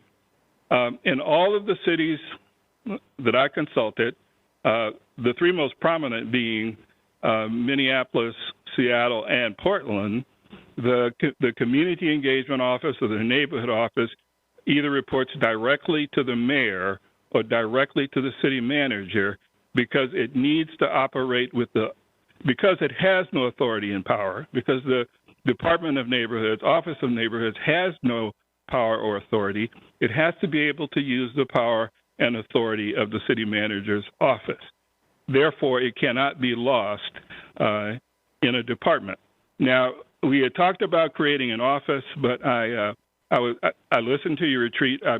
I watched your retreat last week, and Councilor Branch said, I think it needs to be a department. And I don't have a preference about whether it's an office or a department, but it does need to be an office that stands alone and reports directly to the city manager. Next slide. All right, so what are our next steps?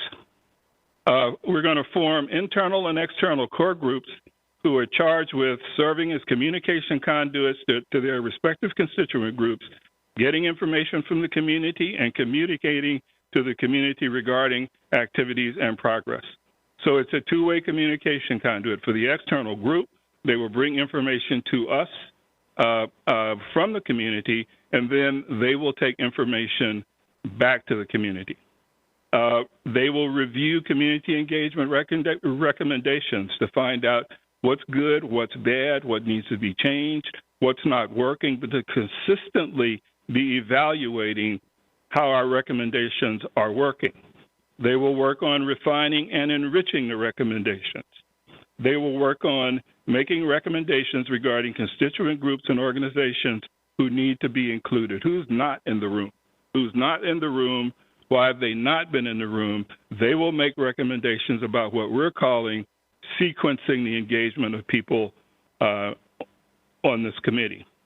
They will be convening the external and external groups together to discuss their respective thoughts and activities and to ensure that their respective activities are aligned with our values and with each other. There's a theory in change that's called 1 + 1 = 2. I realized this when I spent a little time in cooking school. And I went to cooking school, and I had a chef. I had to cook a demonstration dish. The chef comes by, he tastes it. He said, this has good flavor, but I don't recognize it. And I said, well, this is my little carrot dish. And he says, I'm going somewhere with this. He says, I don't taste the carrot in it. And he says to me, Mickey, I don't know what you're going to do with this cooking thing, but let me tell you what your job as a cook is. Your job is to bring out the natural brilliance of the thing that you're cooking, the natural flavor, texture, color, nutritional value of the thing that you're cooking, not to impose so much of yourself in it that it becomes unrecognizable. So I think we're also looking at community engagement as 1 + 1 = 3. There's the community, there's government, and then there's a third thing. If you conceptualize two overlapping isosceles triangles, those two overlapping triangles create an equilateral triangle at the base. And so the question is, there are three things. There's city government, there's the community, and there's something called the community and city government in that third thing. The quality, that third thing is the source of all dysfunction. It is also the source of all innovation. The quality of our work will be based on the quality of what people bring into that third thing, the quality of what the community brings into the third thing, the quality of what the city brings in the third thing. The quality of all this work we do is going to be directly related to the quality of what the various stakeholders bring into the third thing. Okay, next slide. So making progress will require us to prioritize and sequence actions. The plan is very complex. It is difficult to digest. The core groups will work together to ensure, as we gift this to constituents, that we do it in digestible chunks. So if you look at the report and you look at the recommendations, they look really, really complex. And I've been through this enough to know that if you try to give somebody something that is too complex and they can't digest it, then they will throw it back up on you. So what we need to do is to work with the core teams to make sure that we're understanding how we prioritize and sequence things and how we give this to government and how we give this to the citizenry in digestible chunks. We will need to determine which of these activities need to proceed linearly. In other words, what needs to happen before something else can happen, and which can be addressed concurrently. What are the range of activities that we can start getting involved in immediately? We will conduct a contradiction analysis, which examines our current state, examines our recommendations, looks at our future state, and determine what we need to hold true to and what needs to change. There are things in the past that have been absolutely valuable, and this is not about, this is about learning from the past. This isn't about ignoring the past.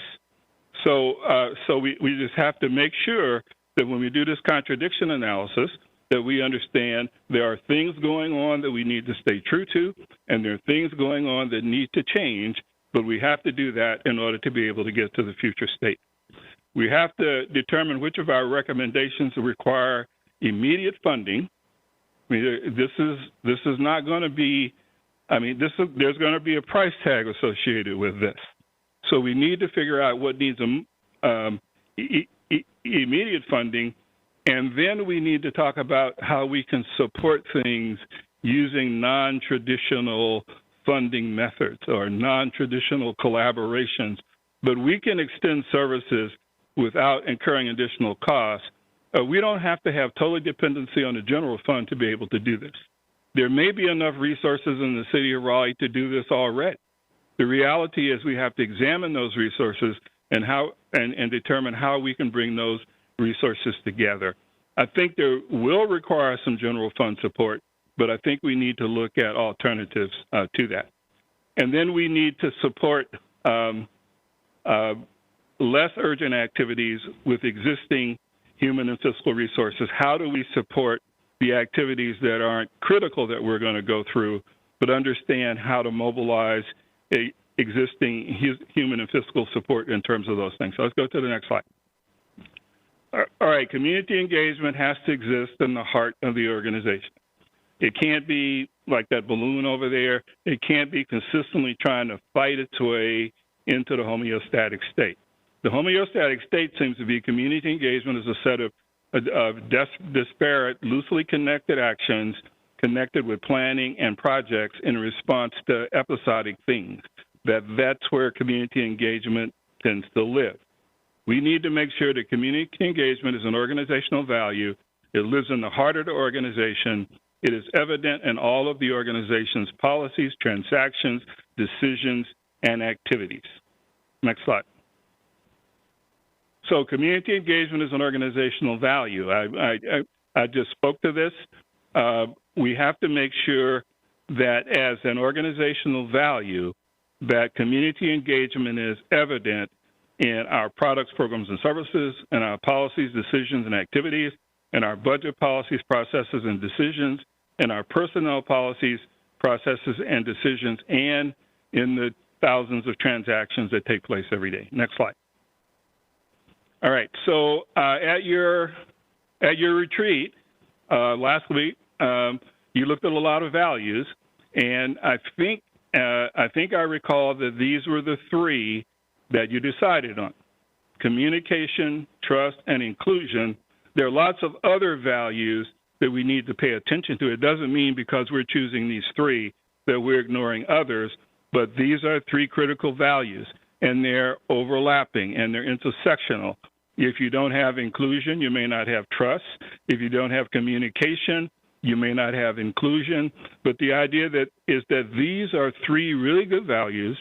We need to move forward according to these values, but we can't ignore the other values that may be like accountability or transparency or those kinds of things. Next slide. So what is community engagement? And we've submitted a definition before, and I know there was a definition that was considered at the council retreat last Friday. But to me, and this is an operational definition, it's not a static definition. I'm not saying we're imposing this definition. I'm saying if we're going to do this work, we've got to operate on the basis of a common definition.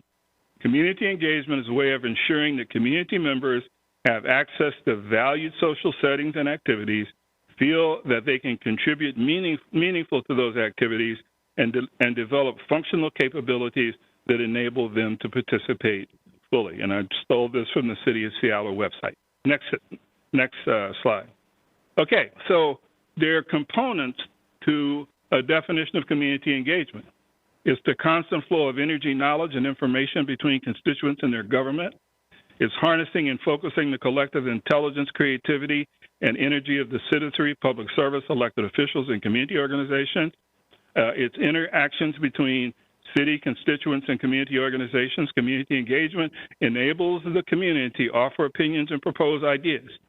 Activities that can engage constituents in providing energy, experience, and wisdom to contributing to the city, making appropriate budget, policy planning, and program decisions. Community engagement is the thousands of daily transactions, and community engagement is a vital component of the city's commitment to continuous learning. Now, and I'm not sure that we should be choosing between these definitions as much as we understand the intersectionality of these definitions. But as an operational definition, as we move on with your approval, these are going to be the things that we're considering as we're working with the recommendations. Next slide. So this whole community engagement thing is a matter of process, content, structure, and dynamics coming together and understanding how those things balance each other. And the one that people ignore, which is probably most important thing, is dynamics, because as I was working with community people and I was learning about this city, the degree to which people had been hurt or disappointed or felt victimized, again, was creating festering hostility and antagonistic cooperation, and nobody was facilitating that dynamic. Nobody was going to people and participating in the process of healing or talking to people about what we could do to make it better. So these are the 4 areas we're going to move forward in. Process, how are we going to do it? Content, what are we going to do? What's the structure? And the dynamics represent the energy that either affects our work in good ways or bad ways. Next slide. Preparing for the journey, you can't impose new strategies on a faulty foundation. So we need to audit the structure and culture of city government and make necessary adjustments to create a foundation that will support these new recommendations. Next slide. The structure of our work. This is a quote about hierarchy. And organizations have structure and hierarchy. Some networks are similar to reporting relationships can constrain information flow and information. Others are more fluid and operate with less regard to the formal chain of command. What is good or bad practice depends on the kind of work the organization does. So to this point, we have focused on collaboration within organizations. However, it's really important for us to see what this work looks like in terms of cross departments and cross organizations and interagency work. Next slide. Even though the community engagement office needs to fit within the city's existing hierarchy and structure, our work will only be accomplished through internal and external, highly interactive, interdependent, collaborative social networks. This work can't get done by the hierarchy and structure. This work can only get done by creating internal and external, highly interactive, interdependent, collaborative social networks. Next slide. So on the left side, you have an organizational chart. So what an organizational chart looks like. You know, if things work out, this will be Linda at the top, and then there'll be her direct reports, but that's not how the work gets done. The right side is how the work gets done. That's what the work will look like as we're trying to do this work. A host of interagency and interconnected social networks, and then therefore the people that we have to put in place to do this work are people who know how to manage those systems. Next slide. So, and we're getting close to the end, but this is a model of change. So that let's say that top arrow is the way things have been, and the bottom arrow is the way we're hoping things will be. Well, as recommendations and ideas show up, the homeostatic state, as a natural function, will do everything it can to destroy those ideas.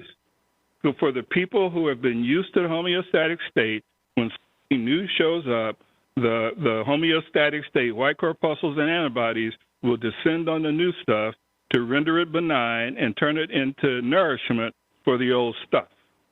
So the new approach has to happen and be able to sustain itself through that kind of thing. And I'm not talking about human beings. I'm just talking about the structure of change. We will go through something I think we have talked about before called a muddle period. And that is, we're not what we were, and we're not what we're going to be. We're in this thing where we're trying things out and we're making mistakes and we're trying to make progress, but it's in the middle of the muddle period that the people who want to go back to the homeostatic state will say, this isn't working any better than what we were doing, so we might as well go back to the way it was. Okay, next slide. So here's how we're kind of proceeding, especially with the external group. There are these three phases, and this is kind of thanks to Malcolm Gladwell and the tipping point. We're going to start with a critical mass. I'm about to convene a group of about 14 people external to the city. And we're going to get those people together, and we're going to have discussions about our journey and who's in the room and who's not in the room, and the internal group will be doing the same thing. The way this works is it goes from critical mass, a group of people that we get together to begin to advance the work, and then we begin to add people to that critical mass, and that critical mass creates a force field of people who are interested in doing what we're interested in doing, and that force field eventually results in a tipping point. And that's what we're trying to get to.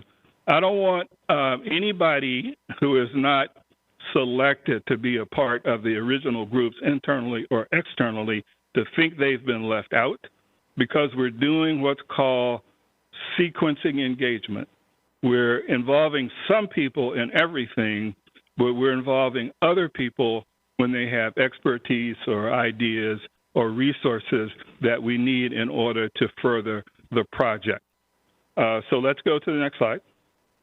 All right, so that's my presentation. So questions, ideas, feedback. I want to say that the report has way more information in it than this presentation did, but that's kind of where I am with this. No, that's kind of where we are with this. Who has questions? Councilmember Branch. Great report, Mickey. Thank you. Thank you. Yeah, thank you for the information. It definitely was a lot. There's a lot of moving parts. And I know there was a lot of conversation that we had on Friday related to community engagement.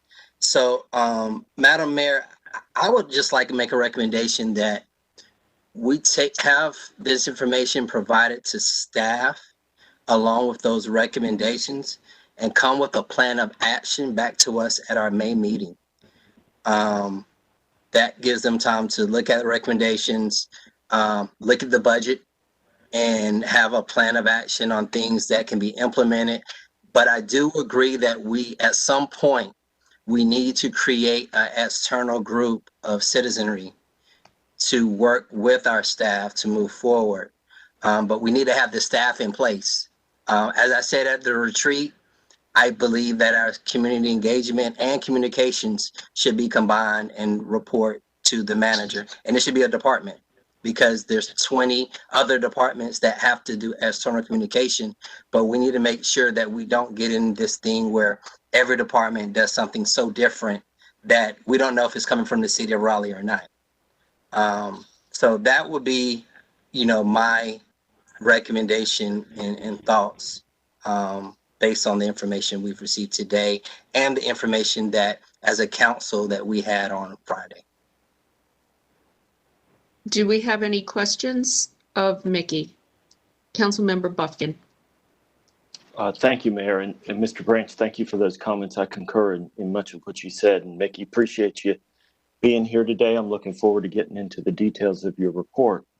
Now, unless I misheard you, I think your report does not address the replacement for the CACs. And I think you also said that that is an important question. And I've been thinking a lot about that. I've got a lot of people who have been asking about that from District A and other parts of the city. And in my study and thinking about that, I've looked at our 2017 report from the task force that was asked to look at community engagement. And the idea that is included in that report and something that has some attraction to me is a district advisory committee that would be made up of citizens living in District A. Of course, anybody would be welcome to attend as a way to help me do a better job representing my constituents. And I wonder if you have any reactions to that idea and suggestions about how I might do that. Yeah, I'm sorry if I made it seem like I wasn't considering the CACs in this, because in the part that says supporting neighborhood organizations, and it's whatever is going to replace the CACs, whatever is going to look like or do what they did, then the city needs to provide support for those organizations to do what they do. The challenge with the historical CAC structure is that it cannot be, it was not inclusionary. It was not necessarily inclusionary, that it was not the entire umbrella for all of the things that needed to go on in community engagement in the city, but the function that it served was absolutely critical.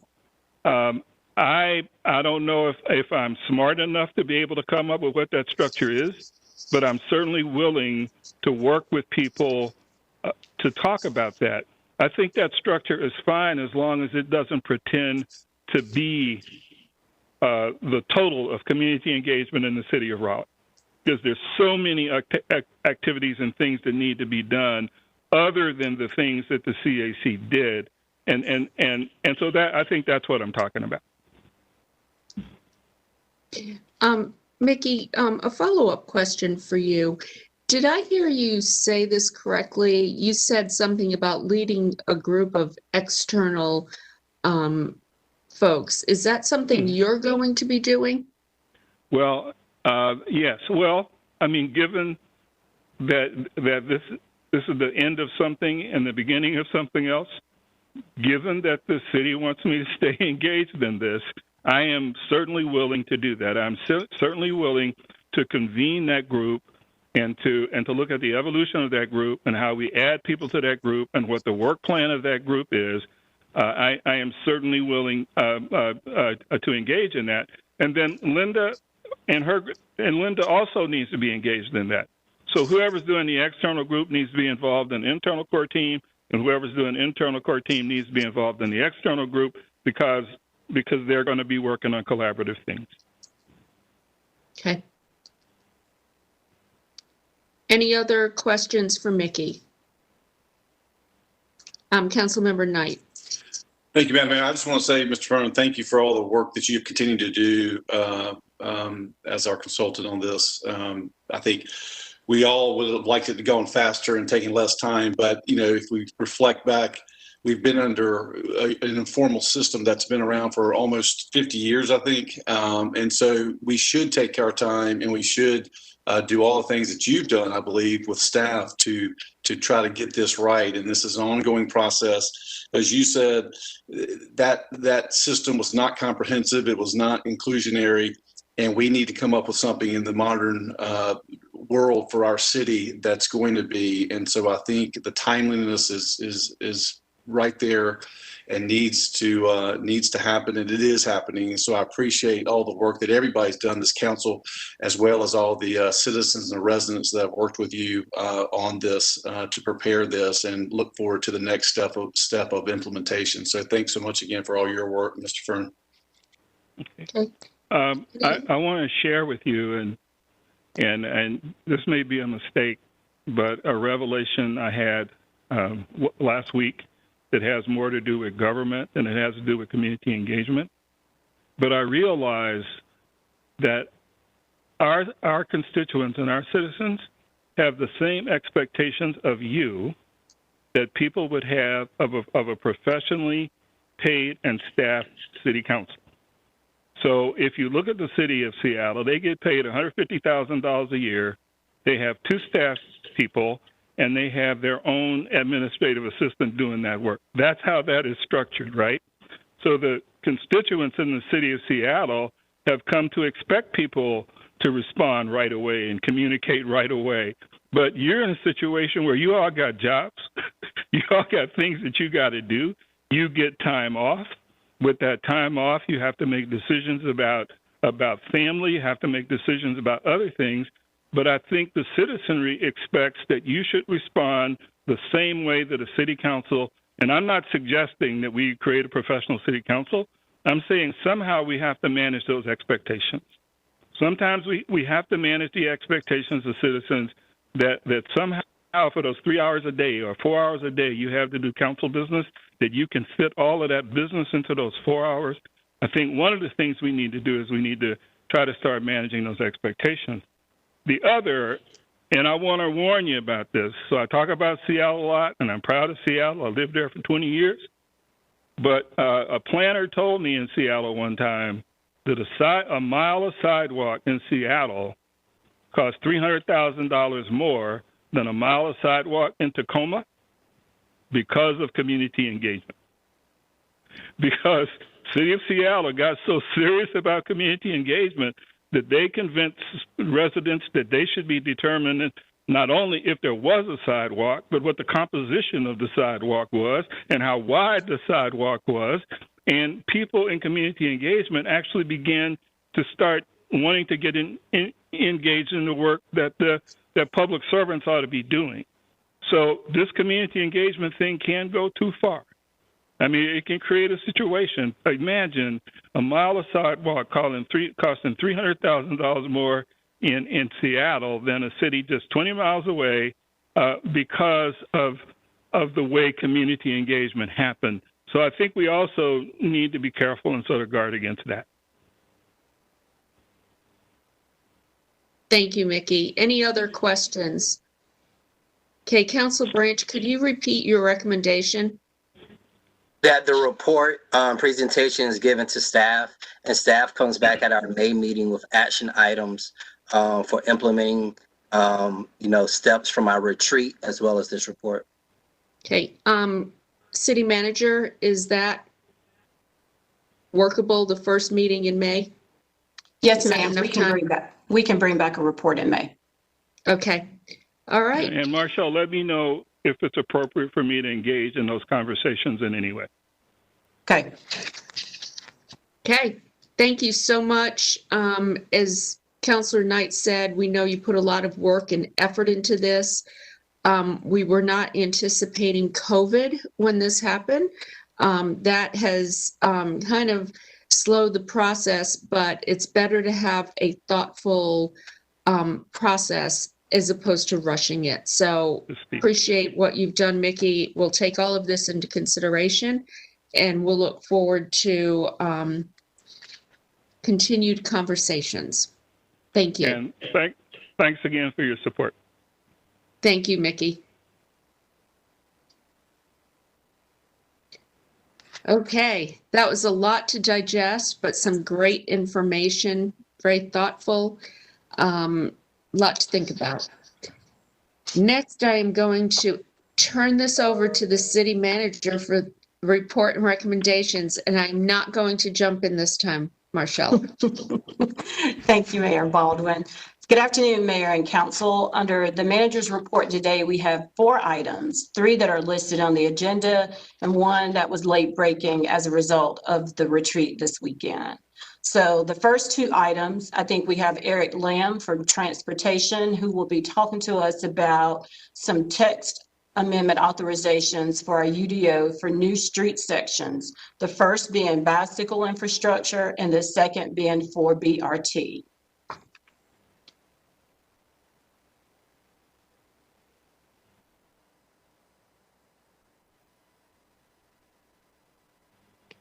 Thank you, Mayor and Council members. I'm Eric Lamb with the Transportation Department. Here to talk to you today about making some changes to some of our standard street cross sections that we have in the Unified Development Ordinance. Next slide. The last time we made any significant changes to our cross sections was actually back in 2013 with the adoption of the UDO. And interestingly, one of those things that was actually changed and standardized was the inclusion of bicycle lanes as part of all of our major street cross sections.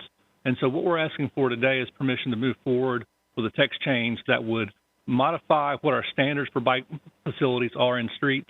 There is a national trend away from having bike lanes located inside of a street footprint and moving more towards separated facilities that are located behind a curb. The goal there is to increase the safety and the comfort level associated with cycling and to encourage more folks. We hear often that folks don't like the idea of riding their bikes in traffic. Moving these types of facilities behind the curb would create more opportunities for more users. We've worked with the Bicycle and Pedestrian Advisory Commission to look at their ideas and have incorporated their recommendations into the ideas we want to bring forward. Next slide. So we're proposing to make changes on the standards for 2-lane avenues, 2-lane divided avenues, 4-lane divided avenues, and 6-lane divided avenues. That covers most of the major streets in the city. And here's an example of the type of facility that we're talking about. We did a pilot working with the North Carolina Museum of Art a few years ago to look at doing this type of facility. They came to us and said they were interested in doing something different. And so you can see where we've got a separated bike lane located behind the curb and separated from the sidewalk facility on the street. And so we're looking at options that might make something like this, maybe not quite this wide, but something with this similar type of design into the city standard. With text changes, it's just like your regular text change process as part of the UDO. We would present recommendations to the Planning Commission. Planning Commission would then work out the kinks and send the recommendation back to the City Council. The Council would then authorize a public hearing on the final recommendations. In the case of making changes to an existing street cross sections, we're not actually proposing to change the classification of any streets. This would just change the standards, so there'll be no subsequent comprehensive plan amendments. I'd be happy to answer any questions on this. Councilmember Melton? I don't have a question. I'm just ready to move this forward. And I was wondering if we could have this text change and the next one come back to us with some priority. There are some pretty big projects coming up in the city that I think really could have benefited from these UDO revisions being made sooner. But, you know, that's just the nature of land use not maybe keeping up with development, and that's an ongoing problem. And so the sooner we can get this implemented, the better, I think. So I'm ready to move this forward. I guess that's my motion to approve. Do we have a second? Councilmember Buffkin, or was that a question or a second? I'm sorry, Mayor, that was a question, if I may. But, Sure.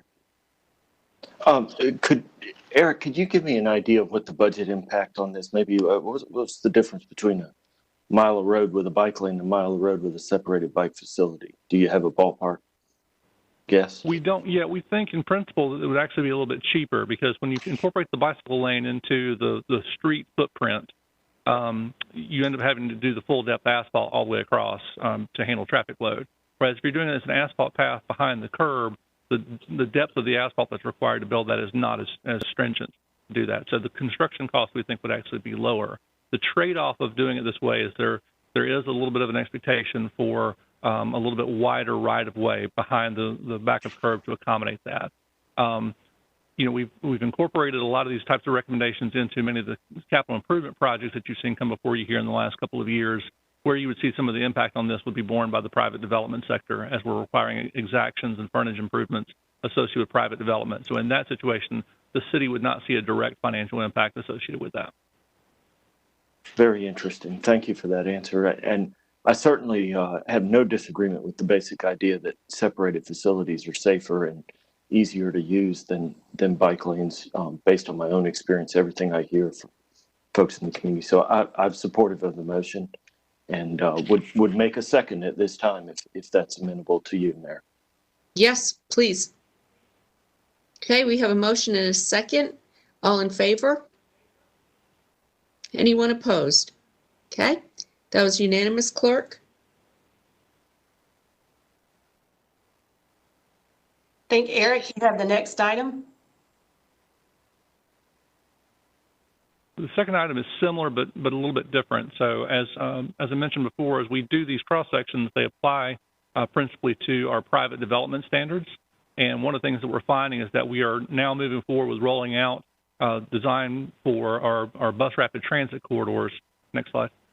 And so one of the things that we want to do is to go ahead and create this footprint for protecting these corridors from encroachment by private development, because of the median width that's required to incorporate a bus rapid transit corridor into the street is significantly wider than what our standard street cross sections are.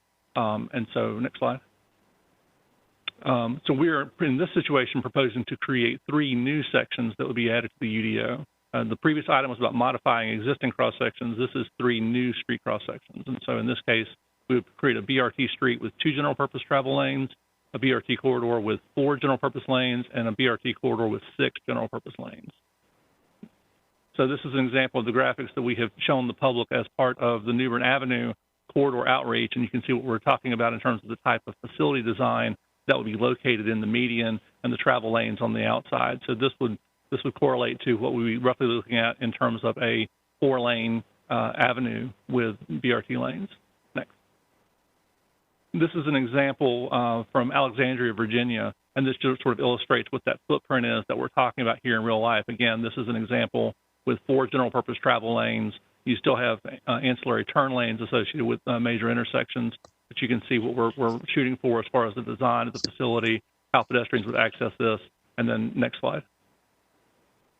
You can see how the median flares out on both sides. So protecting this footprint and protecting that from the encroachment of the private development that happens in these BRT corridors is really important, because otherwise it starts to create significant constraints. They're going to hinder us from being able to do the implementation on some of these corridors if we're not careful. Next slide. I mentioned the process before on how text change happen. Now this one is a little bit different because we're creating a new standard in the UDO for new street cross sections. So there would be, once this is adopted, subsequent comprehensive plan amendments to apply these street standards and reclassify those streets on the streets that have been previously identified as BRT recommended corridors. And I'll be happy to answer your questions. Do we have any questions for Eric? Okay, motion to approve. Do I have a second? Council Mayor Pro Tem Stewart, all in favor? Opposed? Unanimous, Clerk? Thank you. Thank you. Okay, our next item is the Complete Streets Implementation Program for Project Priorities. We have Fontaine Burris from Transportation here to present this item.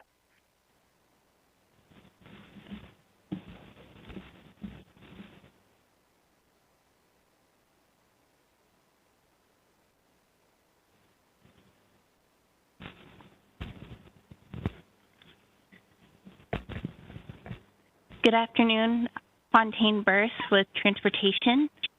I am here to talk to you about the Complete Streets Implementation Program. Next.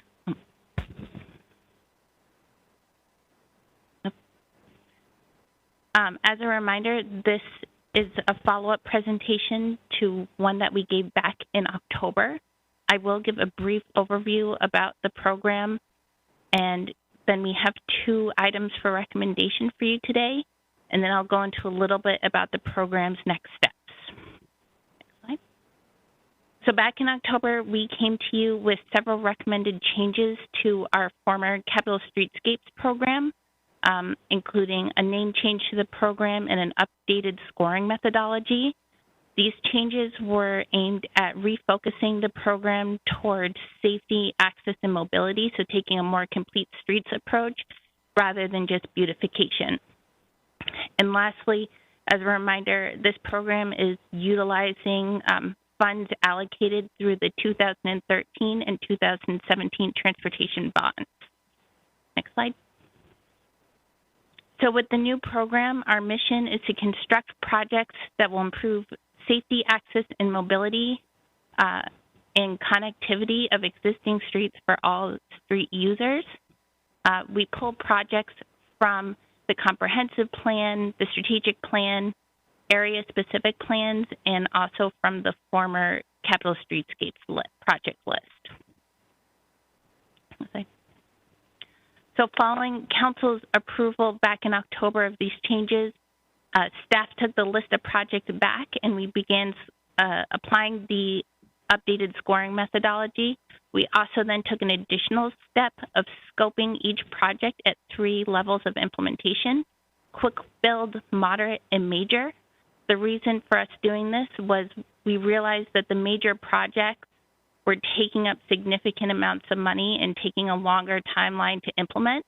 And with this program, we wanted to do projects that were quick and also increase the number of projects that were moving forward. So we decided to focus this program on those quick build and moderate elements of project. Next slide. You do have the full scored list in the agenda backup items, but to give you an overview of the list, there's 129 total projects that were scored. Of these, 37 only had major scope, so they did not have any quick or moderate elements that could be moved forward. These projects will not be considered for implementation with the existing funding. If they were to be implemented, they would need a funding mechanism such as a future bond or a similar mechanism in order to be implemented. Those projects, price tags are around $5 million to $15 million, so there's just not enough funding under this program at this time to implement those. And then I do, sorry, can you go back a slide? Yes. I do also just want to touch on, this is a living list. So as pending area plans and future adopted plans are added, we will continue to take the transportation projects from those plans, score them, and add them to the existing list. Once we scored all the projects, we then began working to identify projects to move forward in fiscal year 22. Several things that we took into consideration when putting together this list was, again, focusing on those quick and moderate scoped projects, looking at the scoring and their priority, and then also taking into consideration opportunities for collaboration with existing projects both within the city and other entities. You do have this full list in your agenda packet as well, which includes a scopes of each project. But to give you an overview, there are 14 total projects for FY22, 2 of which were existing capital streetscape projects, and then 12 new projects.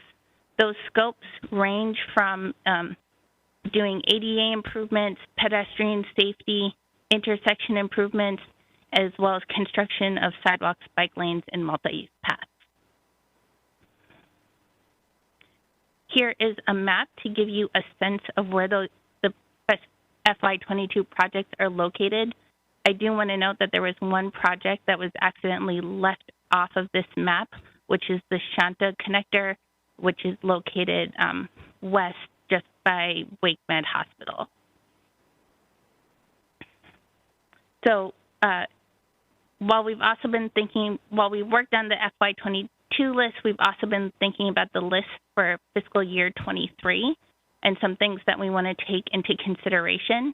We did reserve a portion of funding from the existing bond for projects for that year. We also do plan on scoring some of our recently adopted and pending plans, including the Midtown St. Albans, Capitol Boulevard, Dick Edge, and Western Boulevard plans.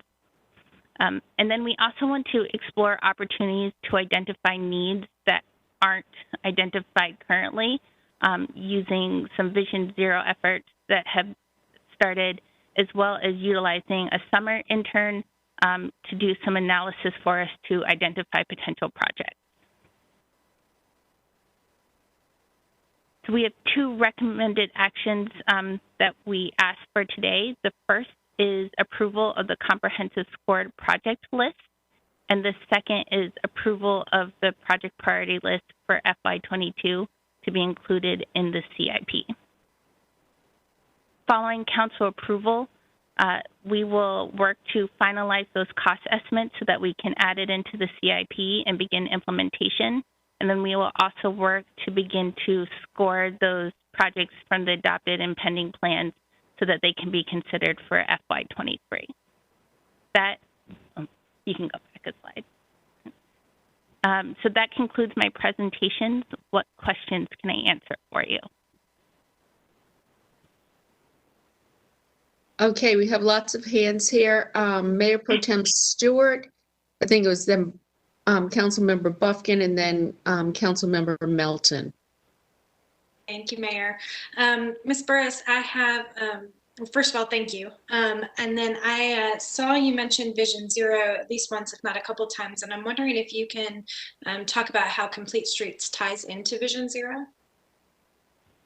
I'm actually going to look to Eric Lamb. He's been more involved in the Vision Zero effort.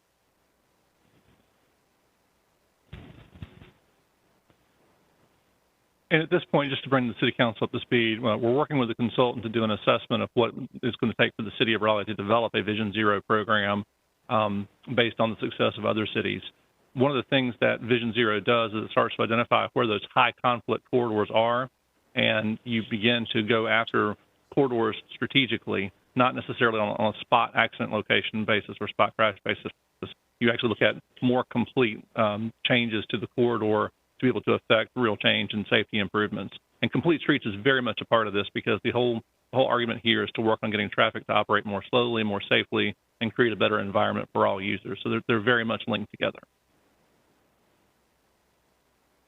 And a quick follow-up, I understand that y'all have made quite a bit of progress on Vision Zero and wonder if we might just get a report on that in a future meeting. Indeed. Thank you. Councilmember Buffkin. Thank you, Mayor, and thank you, Ms. Burris, for being with you and your work on this effort. A couple of these projects jumped out to me as being either close or within an area where we're talking about other major projects in the near future. And I was just, and I'll just point out one, the Lake Wheeler Road, which we talked a lot about just this weekend at our retreat. So of course we don't want to have to pay for this twice. How do you coordinate that when you've got either a planned or potential project coming and you also have the proposal here to do Complete Streets in the short term? Yes, so to touch on Lake Wheeler, since you mentioned it, that one got bumped up onto our list for the FY22 because we were aware of all the activity that was occurring on Lake Wheeler and realized that there was a gap in the work that was being done, and recognizing that there was an opportunity there for us to piggyback on the existing work to actually reduce the amount of work we would actually have to do to move this project forward, so that when all the work gets completed, we do have a complete network in that location. Okay. Do we have any follow-up questions from you, Councilor Buffkin? Okay, Councilor Melton. I don't have a question. I just wanted to call attention to the Dix to Javis pilot, which is a tactical urbanism pilot to enhance our multimodal connections. I think tactical urbanism is great, and I hope that we will incorporate more of it in our projects moving forward. Okay. Any other questions? All right. So I would like to be able to absorb the list of recommendations a little more, just to make sure that I'm comfortable with all of them. Would you all be okay if we held this for just 2 weeks? Yes. Everybody, council? All right. Do I see some of this or a head nod? Come on, work with me here. Okay. All right. We're going to hold this for 2 weeks and bring it back. I want a chance to review it, but I want all of you to have a chance to review as well, and just make sure that we've hit all the priorities. Okay. Thank you for your work. Thank you for the presentation, and we'll revisit this in 2 weeks. Thank you. Thank you. Thank you. And so, Mayor and Council, I saved the best item for last. As we have talked and Councilmember Fort has fought and challenged and questioned us for the last several months about making some necessary HVAC improvements in some of our community centers. As a result of the action taken at the retreat this past weekend and the recommendation, you have before you a proposed budget amendment in the amount of $950,000 from our capital reserve account to fund HVAC systems in Green Road and our Method Community Center. The two remaining centers, Laurel Hills Park and the other one escapes, Tarboro, are both slated for improvements in our work plan. So we will entertain a motion at this point, Mayor, to get these HVAC systems underway. Madam City Manager, I have a one quick question, if I could. Okay.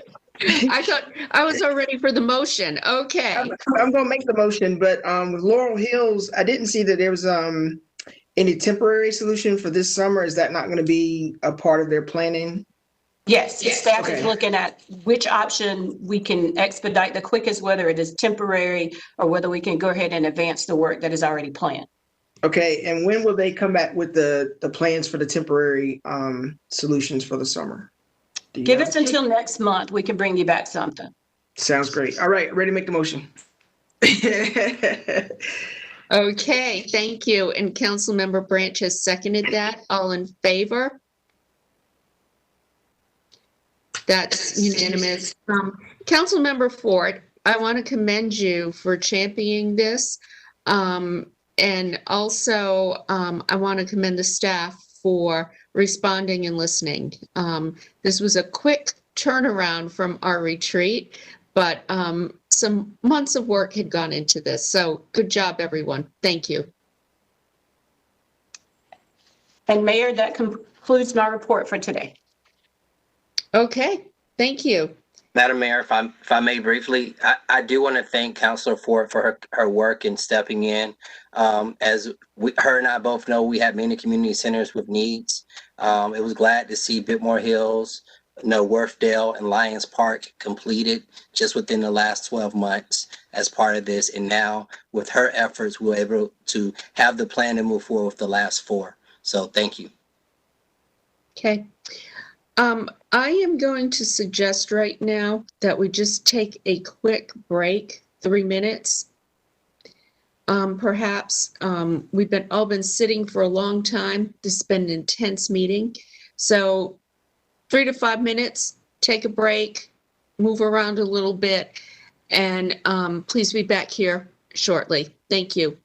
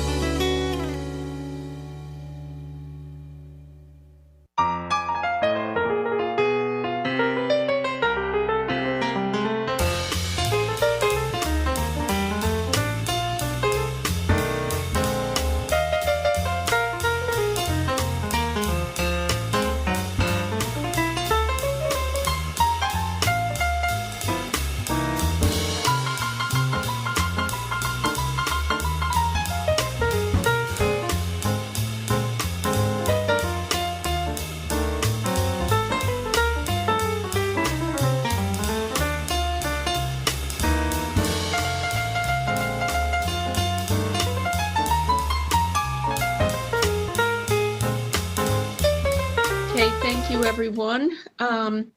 We are now going to hear a report and recommendations from the Appearance Commission.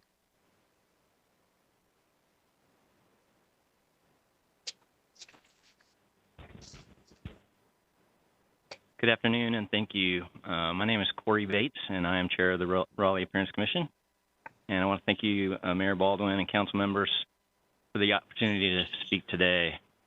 I'm here to talk this afternoon on behalf of the members of the Appearance Commission about what has been going on in 2020, as well as the Commission's plans for 2021. Let me see here.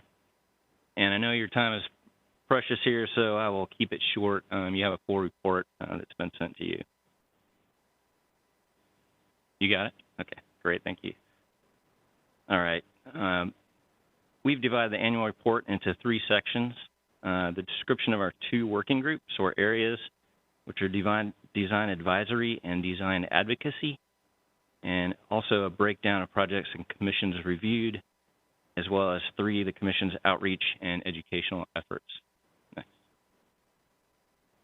Our design advisory or advise efforts include the commission's review of administrative alternates to the building and site design portions of the UDO, the city projects, courtesy reviews, and since October, our newly acquired design alternates role, which deals with streets, site access, and other transportation issues. On the design advocacy or promote side, we had the Sir Walter Raleigh Awards and a legacy project, as well as the Commission's education and partnership efforts. Next. Design review performance, and in 2020 turned out to be a busy year for the Commission, and you know, it's great that there's so much going on in a year of what we've been going through with this pandemic. But despite 4 months of hiatus due to the COVID, the group's caseload was similar actually to the past few years, including 37 administrative alternate requests. Over 70% were for transparency and build to. We also reviewed our first 3 design alternate requests using the quasi-judicial evidentiary hearings.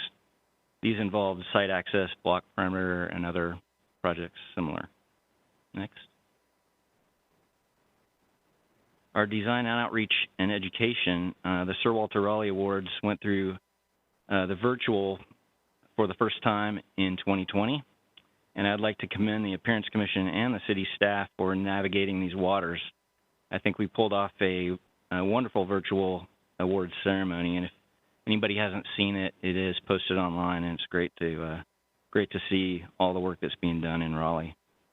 The Commission has also continued to expand on its legacy project, growing it from a donation of benches in 2019 near the Walnut Creek Wetland Center to funding the Envision St. Agnes public art installation at St. Augustine University this last year. Next.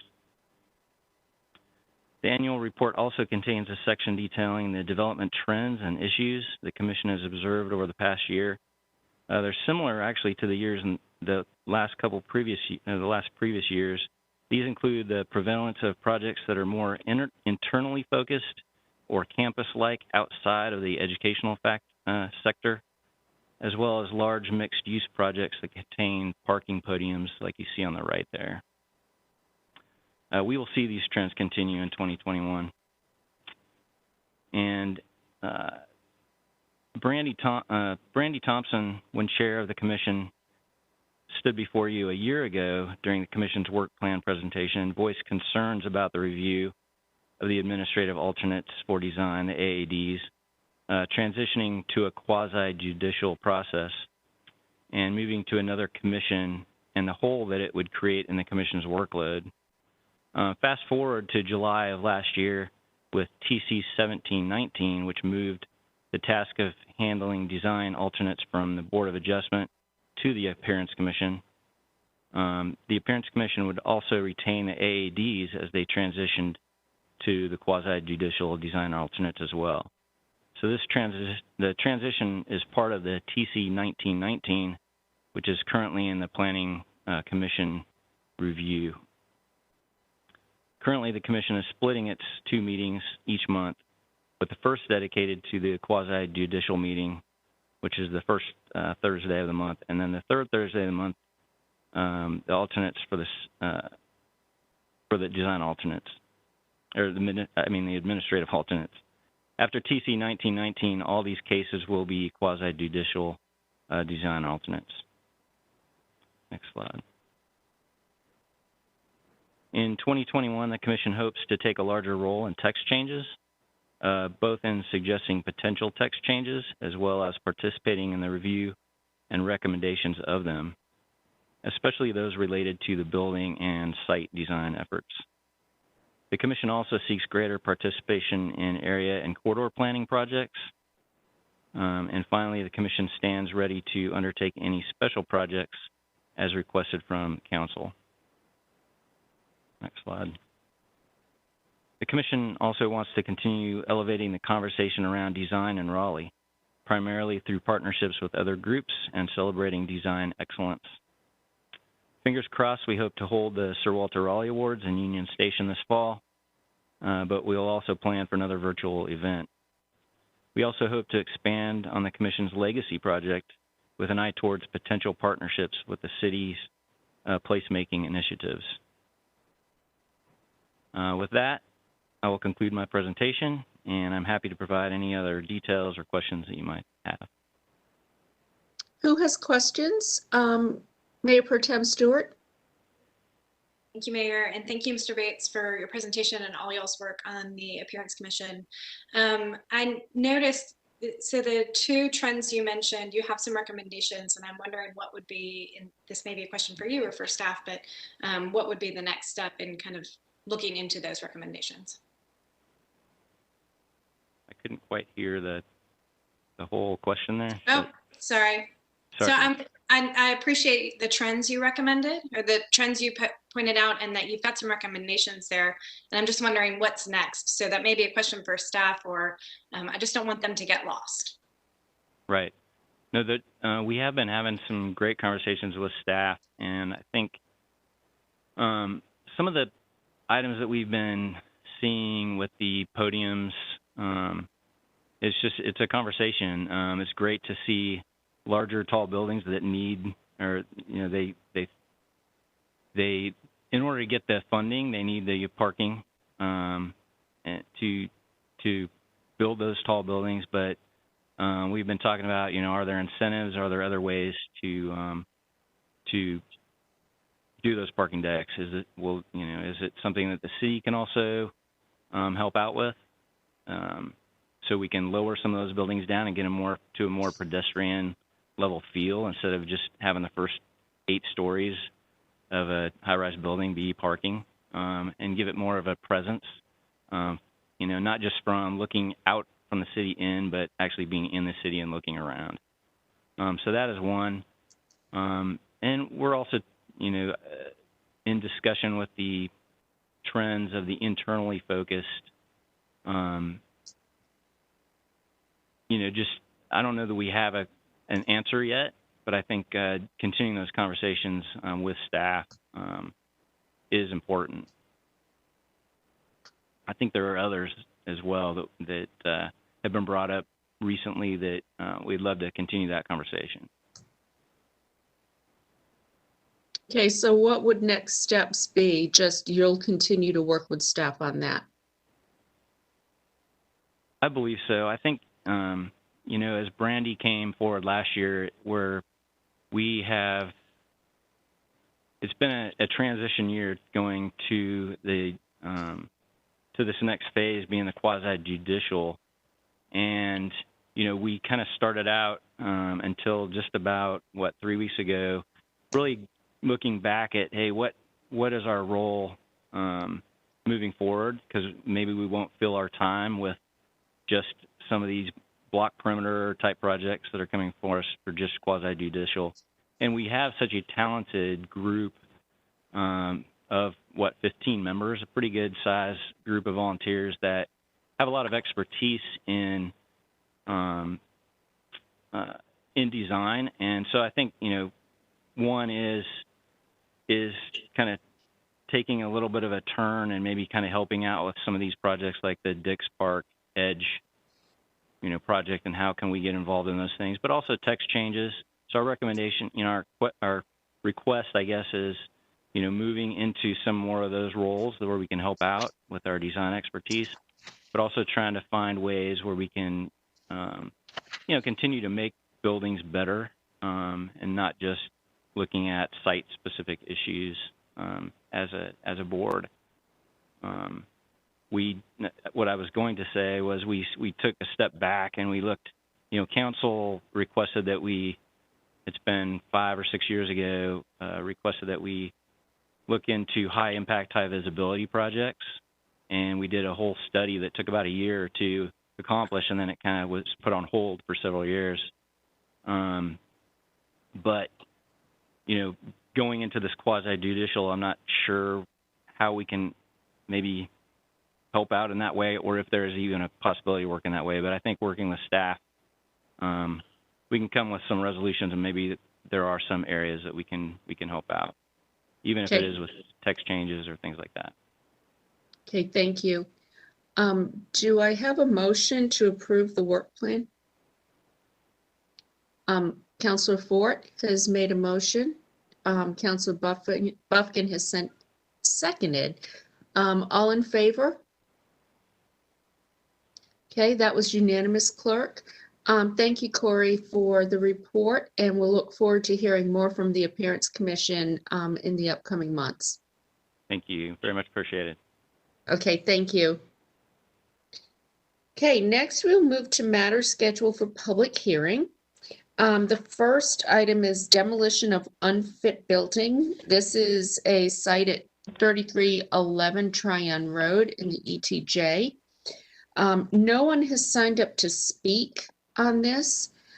So before staff jumps into it, I'm going to ask, does anyone have any questions or concerns? Not to cut you short, Bryce, but I think we're ready to move. So I'm going to open the hearing and close it. Do I have a motion to approve? Councilmember Fort, do I have a second? Councilmember Buffkin, all in favor? Anyone opposed? No. The next item is unfit for human habitation, 90-day repairs. Mayor, I'm sorry. I think Councilmember Cox was opposed, I believe. I'm sorry, no, I was on the wrong item. Complete streets, I approve. I apologize for that. Okay, this was the demolition of an unfit building. The demolition of the unfit building, that's what we're doing now? That's what we just voted on. All right, that one I oppose. Okay, then I wasn't on the wrong. Okay. So that was 7-1, Clerk, with Councilmember Cox opposed. The next item is unfit for human habitation, 90-day repairs. This location is at 10,017 Sycamore Road.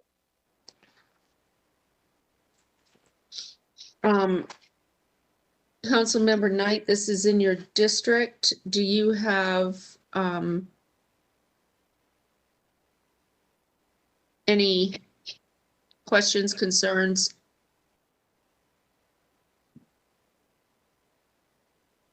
I don't know about it, so this is the first I've seen about it when it got on our agenda. So if I haven't heard any conversation around it one way or the other. All right, there was backup information. Do you want to briefly just go through this, Bryce, as in briefly? Sure, no problem. So 10,017 Sycamore Road, case started back in February of 2019. It was originated from a complaint from a neighbor. Staff went out and investigated the property, found multiple violations, sent out all the appropriate letters, certified first class, posted on the property. About a year later, in March of last year, right as COVID was hitting, the property sold to the current owner, which is Breakthrough Construction LLC, and they have not pulled permits or done any work to the property since then. So it's still sitting in the state that it is in the pictures right here. Pretty significant, damage to the roof, decking. There are a few interior pictures there where there's some obvious decay going on. So if work's to be completed, they would obviously have to pull all permits and do all that kind of stuff, but they will have 90 days per this ordinance to either repair or demolish the property. I will say that the lender and a potential buyer reached out to me this morning and both advocated that they were willing to, either make the repairs or demolish the property within that time frame given, that 90 days. Okay. All right, thank you. No one is here, has signed up to speak, so I'm going to open the hearing and close the hearing. Would anyone like to make a motion? Councilmember Knight? Yes, I'm glad to move to, is this to adopt an ordinance authorizing the demolition of the unfit building is listed below? Is that the correct? I don't see language. Yes, if it's, they have 90 days. It's right it's right at the bottom of the page. Right before the address. I move to adopt an ordinance authorizing the demolition of the unfit building as listed below and pursuant to the provision of section 11.6.8D of the city code, if the repairs necessary to render the dwelling fit for human habitation are not completed within 90 days. Do we have a second? Mayor Pro Tem Stewart, all in favor? Is anyone opposed? Okay. Thank you. That was unanimous, Clerk. The third item is Z4620 Creedmoor Road. One person has signed up to speak, Laura Good, in support of this. Bynum, do you want to give a quick overview, please? Yes, ma'am. Unfortunately, we cannot hold a public hearing today due to staff failure to publish the required legal ad. So we are looking for you to schedule an alternate public hearing date, please. You could schedule that as early as April 6th, or you already have hearings scheduled on the 20th. Councilmember Buffkin, this is your district. Could we schedule it during the day on the 6th?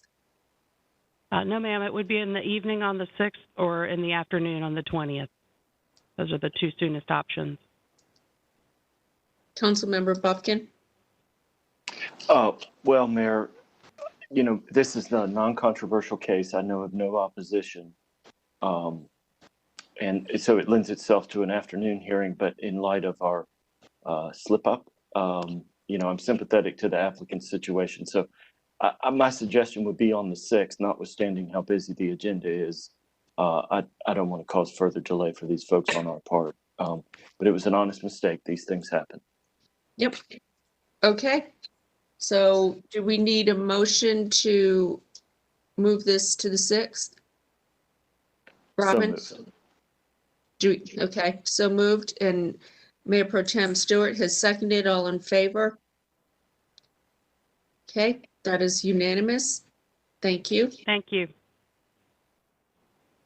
Okay, now we go to committee reports. Report and recommendation of the Economic Development and Innovation Committee. No report. We have 2 items pending, and we'll take them up at our meeting next Tuesday, the 23rd at 1:30 p.m. virtually. Okay, report and recommendation of the Growth and Natural Resources Committee. No report. We have 1 item pending that is scheduled for April, so we do not have a meeting next week. Okay. Report and recommendation of the Safe, Vibrant, and Healthy Communities Committee. We have 1 item pending, and we do not have a meeting this month. We will take that up in April. Transportation and Transit Committee. No report, no meeting scheduled. Okay, thank you. Now we go to the report from the mayor and the city council. I am going to start with Mayor Pro Tem Stewart. No report. Councilmember Fort. Just want to thank the staff for all their hard work turning around the air conditioning the proposals. Thank you. Thank you. Councilmember Knight. 2 points. One, I would now like to ask for a budget note on a small area plan for the 5 Points area. I've been working with staff on this. They're aware of this oncoming request. And so I'm making that formally now.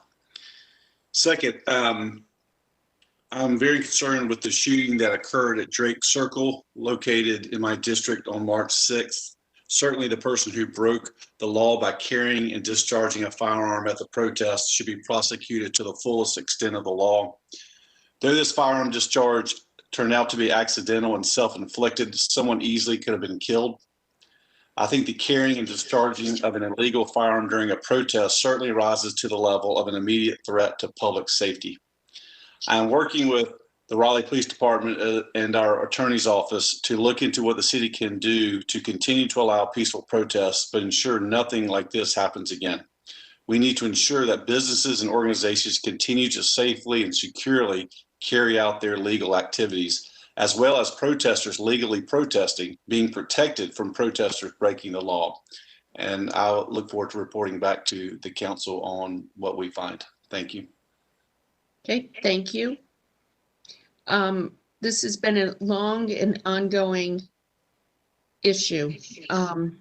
So if we can come up with some resolution, I understand that the city attorney's office is involved with this and would ask for a report back sooner as opposed to later, potentially 2 weeks from now. Okay. Let's see, Councilmember Buffkin. No report today. Thank you, Mayor. Councilmember Cox. Yes, I just want to request from the city manager that we really need some immediate assistance for people who are living without home, without shelter in District B. I've reported previously about homeless encampment at Capitol and 540.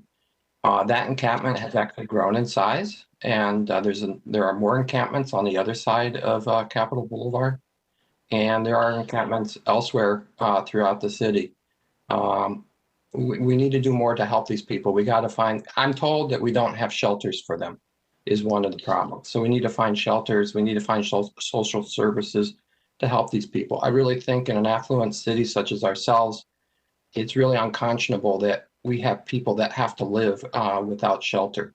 And I really hope that we do something in the very near future. Thank you for that, Councilmember Cox. And we are on it. We're working with our nonprofit partners as well as Wake County to try to come up with some plans to assist the folks that are living in the encampment. Okay, thank you. Yes. Councilmember Melton. No report. Councilmember Branch. One thing is more of an announcement.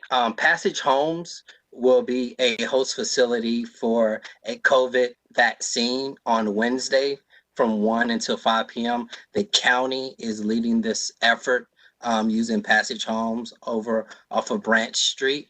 So anyone can go to Passage Homes website to sign up. It is by appointment, and they're doing the J&J vaccine. So it's only one shot.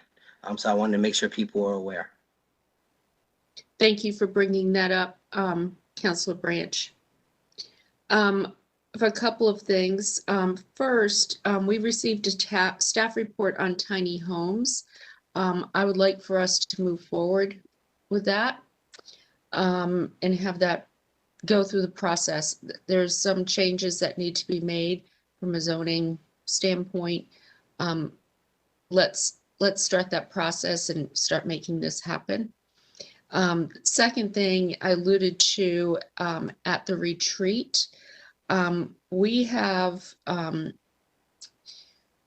one of our challenges coming out of COVID is going to be how we contribute to the resurgence of our downtown. And I would like for us to hold a work session on downtown revitalization efforts. I'd like for staff to invite Bill King to attend, as well as others who might contribute to that discussion. But I think it's important for us to start planning ahead and talking about how we can assist this effort. And then the third thing I just wanted to bring up was the issue with litter. And I think, you know, we've all kind of heard about this. NCDOT has had major budget cutbacks. And so what's happening though is litter is everywhere in our city. I'm going to challenge the staff to come up with some outside the box thinking on this. Perhaps we do something with a nonprofit like Activate Good, who, you know, can bring out loads of volunteers and we all work together to help clean up our city. That's just one of those outside the box thinking, but we're going to need, you know, trash talking stand to help with this too.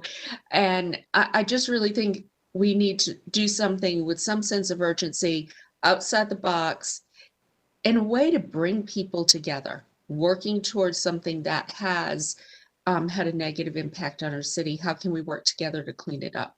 So I'm going to leave that with you, City Manager. And again, we are already ahead of the curve. I came up with the great idea to do a community cleanup day. So we are putting all of our teams together to try to figure out how we can pull that off in the next couple of months. Okay. And I think reaching out to some of our nonprofits too could be really helpful. That I have not spoken with Activate Good. Amber's probably going to kill me for bringing this up, but she has a network of volunteers that numbers in the, you know, the thousands. Yes. So having a nonprofit partner on board, I think would be beneficial. So thank you. Thanks for being one step ahead. Councilmember Cox. Yes, I was just regarding the text change for tiny homes. Do we need a vote on that in order to authorize that? I think it has to be brought back to us. Okay. So we haven't authorized the text change yet. No, that has to be brought back to us for a vote. Okay. So you'll have your opportunity to vote against it, Councilor Cox. It's okay. We won't sneak it through. I had every intention of voting for it. Awesome. I appreciate that. We will bring that back when staff, like, again, urgency. Let's move forward. Okay, next we have appointments. Clerk? Yes, the first item is the Bicycle and Pedestrian Advisory Committee or Commission, I'm sorry. You had one vacancy that is pending, waiting for a recommendation from the Mayor's Committee, and we received that recommendation, and Councilmember Stewart has nominated Sakima McLean to fill that spot. Since this is a recommendation that you had asked for, you could go ahead and vote on it today if you wished, or hold for additional recommendations. It's entirely up to you. I'm going to co-nominate Sakima McLean, please.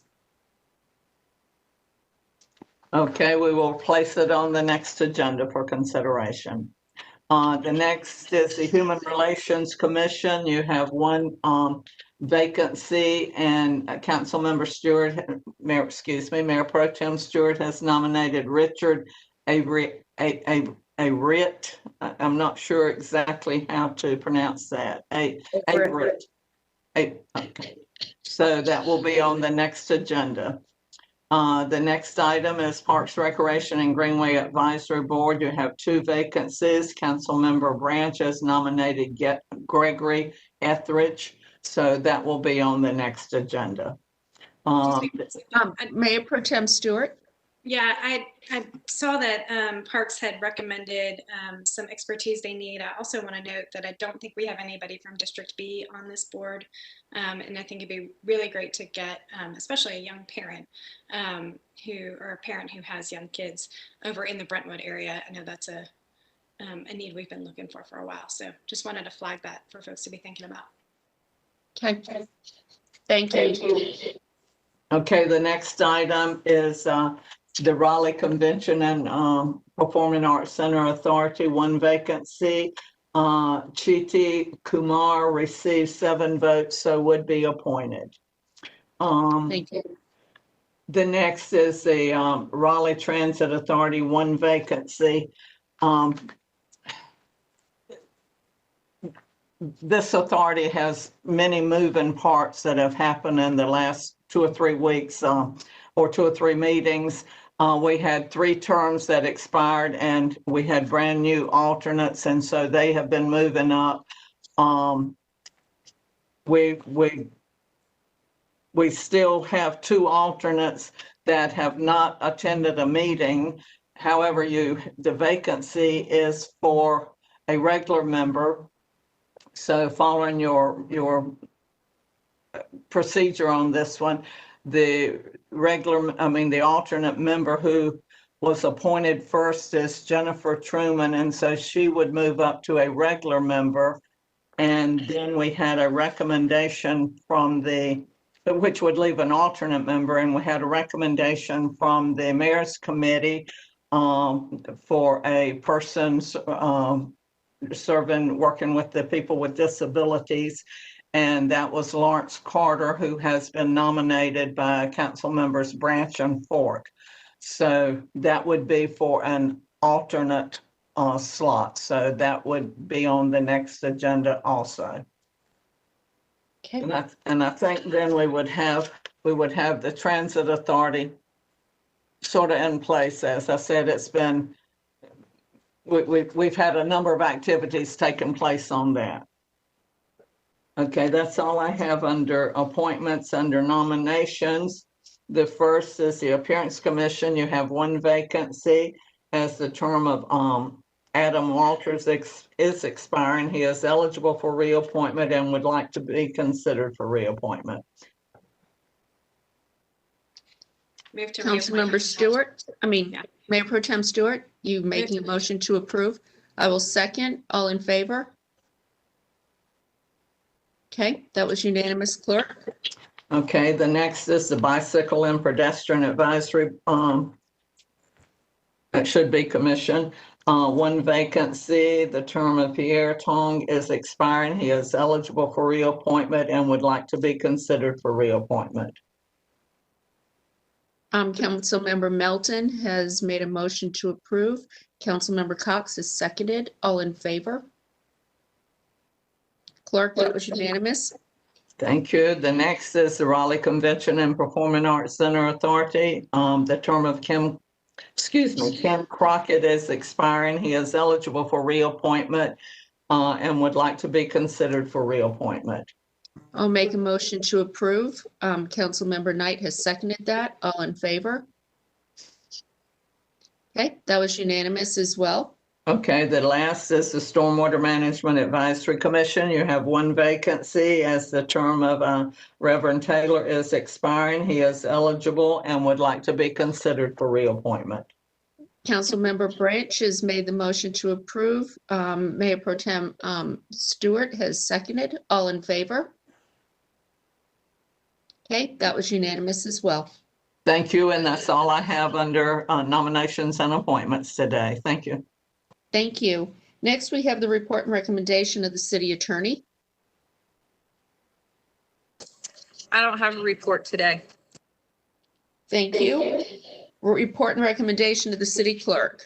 The first item I have is a resolution adjusting, rebating, and refunding penalties relating to property taxes, which is recommended for approval. Do I have a motion? Councilmember Branch, do I have a second? Councilor Fort? All in favor? Oh, I'm sorry, Councilmember Cox. Yeah, I was wondering if you could explain this a little bit more, because when I look through it, the list is divided into decisions where many are denied and many are granted. And I was wondering if we could get some background information. Yes, there is a city county, well, let me back up a little bit. By contract, the county collects and bills and collects for all property tax in Wake County, including the city of Raleigh. There is a committee made up of staff people. I think it's all staff people still from the from the city and the county. And they receive, they meet monthly, I believe it is, and they receive requests from various entities, you know, persons, companies, whatever. The people are given an opportunity to present their case, and that group votes on it. And then a resolution goes back to the county for them to uphold the recommendations of the committee and for the county taxes. And then one comes to you for consideration of upholding the recommendations for the city taxes.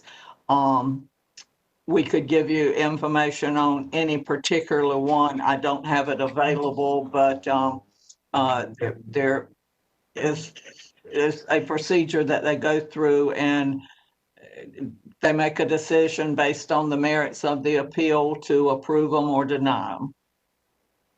Okay, so there were many that were denied, and I'm just kind of curious to know why they were denied. That was the recommendation. I'll be glad to get that information and provide it to you. At this point, I have no idea, but the information is available, and we can, you know, provide that to you if you want to hold this until the next meeting or. Well, that would be my preference. That would be my preference. I think we have at the podium our representative on this committee, Natasha. Is that correct? Yes, Natasha Baldwin. Maybe you can help answer. What specifically was your question, sir? Well, several of these have been denied, and I wanted to get some background information on why they were denied. For example, in section 11, it lists Grayson Homes, LLC. There are 3 denials totaling, you know, almost $1 million. And I was wondering why that was denied. And there are several others. I mean, they total quite a chunk of money, and I'm just curious to know why they were denied. Well, that is the value of the inventory. So that's not actual, well, I mean, you may know this, if you do, forgive me. That's the value of the inventory. That's not actually taxes. Okay, so we don't actually have in the report the amount of taxes that they owe. Each section is different, just like Gail just said. So for this particular section 11, it's builder's inventory, and for Grayson Homes, for each of those accounts, like the value of the inventory for the first one, take an example, $266,250. That could be one house or one property. I'm not sure exactly what it is right at this point. But what would happen is you would divide that by 100 and multiply that by our tax rate to come up with the tax for that. But that is the value of the property they're seeking relief for. Okay. I'm not comfortable voting for this relief until I understand in more detail why some of these were denied in the first place. We can provide you information on that based on years that I served on this committee. A lot of times the denials are based on movement of inventory and this type thing. It's the location of the inventory or the location of the property or the inventory basically on January 1 of a year. And it's sort of a complicated formula, but we'll be glad to provide you information on different ones and what the reasons for denial. Okay. And I'm wondering also, why I might if, add, I can get the specifics of this particular appeal if you'd like to know that. But a lot of times with inventory, when they've applied for relief, and a lot of times it's not meeting certain criteria at the required deadlines. And so, like I said, I will go and get the specifics for you. right, and it's not just that particular, entity, but, I'd like to understand better. Well, first of all, why were these denied? And then secondly, who's making the recommendation that we grant relief? Obviously, the committee didn't because they denied them. We had made that recommendation, which was later approved by the Wake County Board of Commissioners, yes. Okay. It's a joint committee with Wake County and the City of Raleigh. Mayor Pro Tem Stewart. Yes, no offense to Mr. Cox, but I believe there's a motion on the table with a second, and I'd like to call the question. Okay. All in favor? Opposed? That was a 7-1 vote. I would ask that you follow up though with Councilor Cox so he has a better understanding of this process. I will work with Natasha to make sure that, we give some indication of the rules and regulations that they look at when making their report. Okay, thank you. Right. Thank you. All right, next is the minutes. Yes, you did receive minutes of the March 2 regular council meeting, March 9, and the March 9 work session for consideration of approval. Do I have a motion? Okay, Mayor Pro Tem Stewart, second. Councilmember Branch, all in favor? Okay, that was unanimous. Thank you. And that's all I have. Okay. Now we are going to enter closed session. I have a motion. A motion is in order to enter closed session pursuant to GS 143, 318.11A1 and A3 to consult with the city attorney to preserve the attorney-client privilege and to prevent disclosure of information that is privileged and confidential pursuant to the laws of North Carolina are not considered a public record within the meaning of Chapter 132 of the general statutes, including the handling and or settlement of a potential claim in the following cases: City of Raleigh versus Foster and City of Raleigh versus UTT. Also, GS 143, 318.11A6 to consider the qualifications, competence, performance, character, fitness, conditions of appointment, or conditions of initial employment of an individual public officer, employee, or prospective public officer or employee, or to hear of investigate a complaint, charge, or grievance by or against an individual public officer or employee. So moved. Do I have a second? Mayor Pro Tem Stewart, all in favor? Okay, that was unanimous. We will now enter into closed session. Please take a quick break as we do.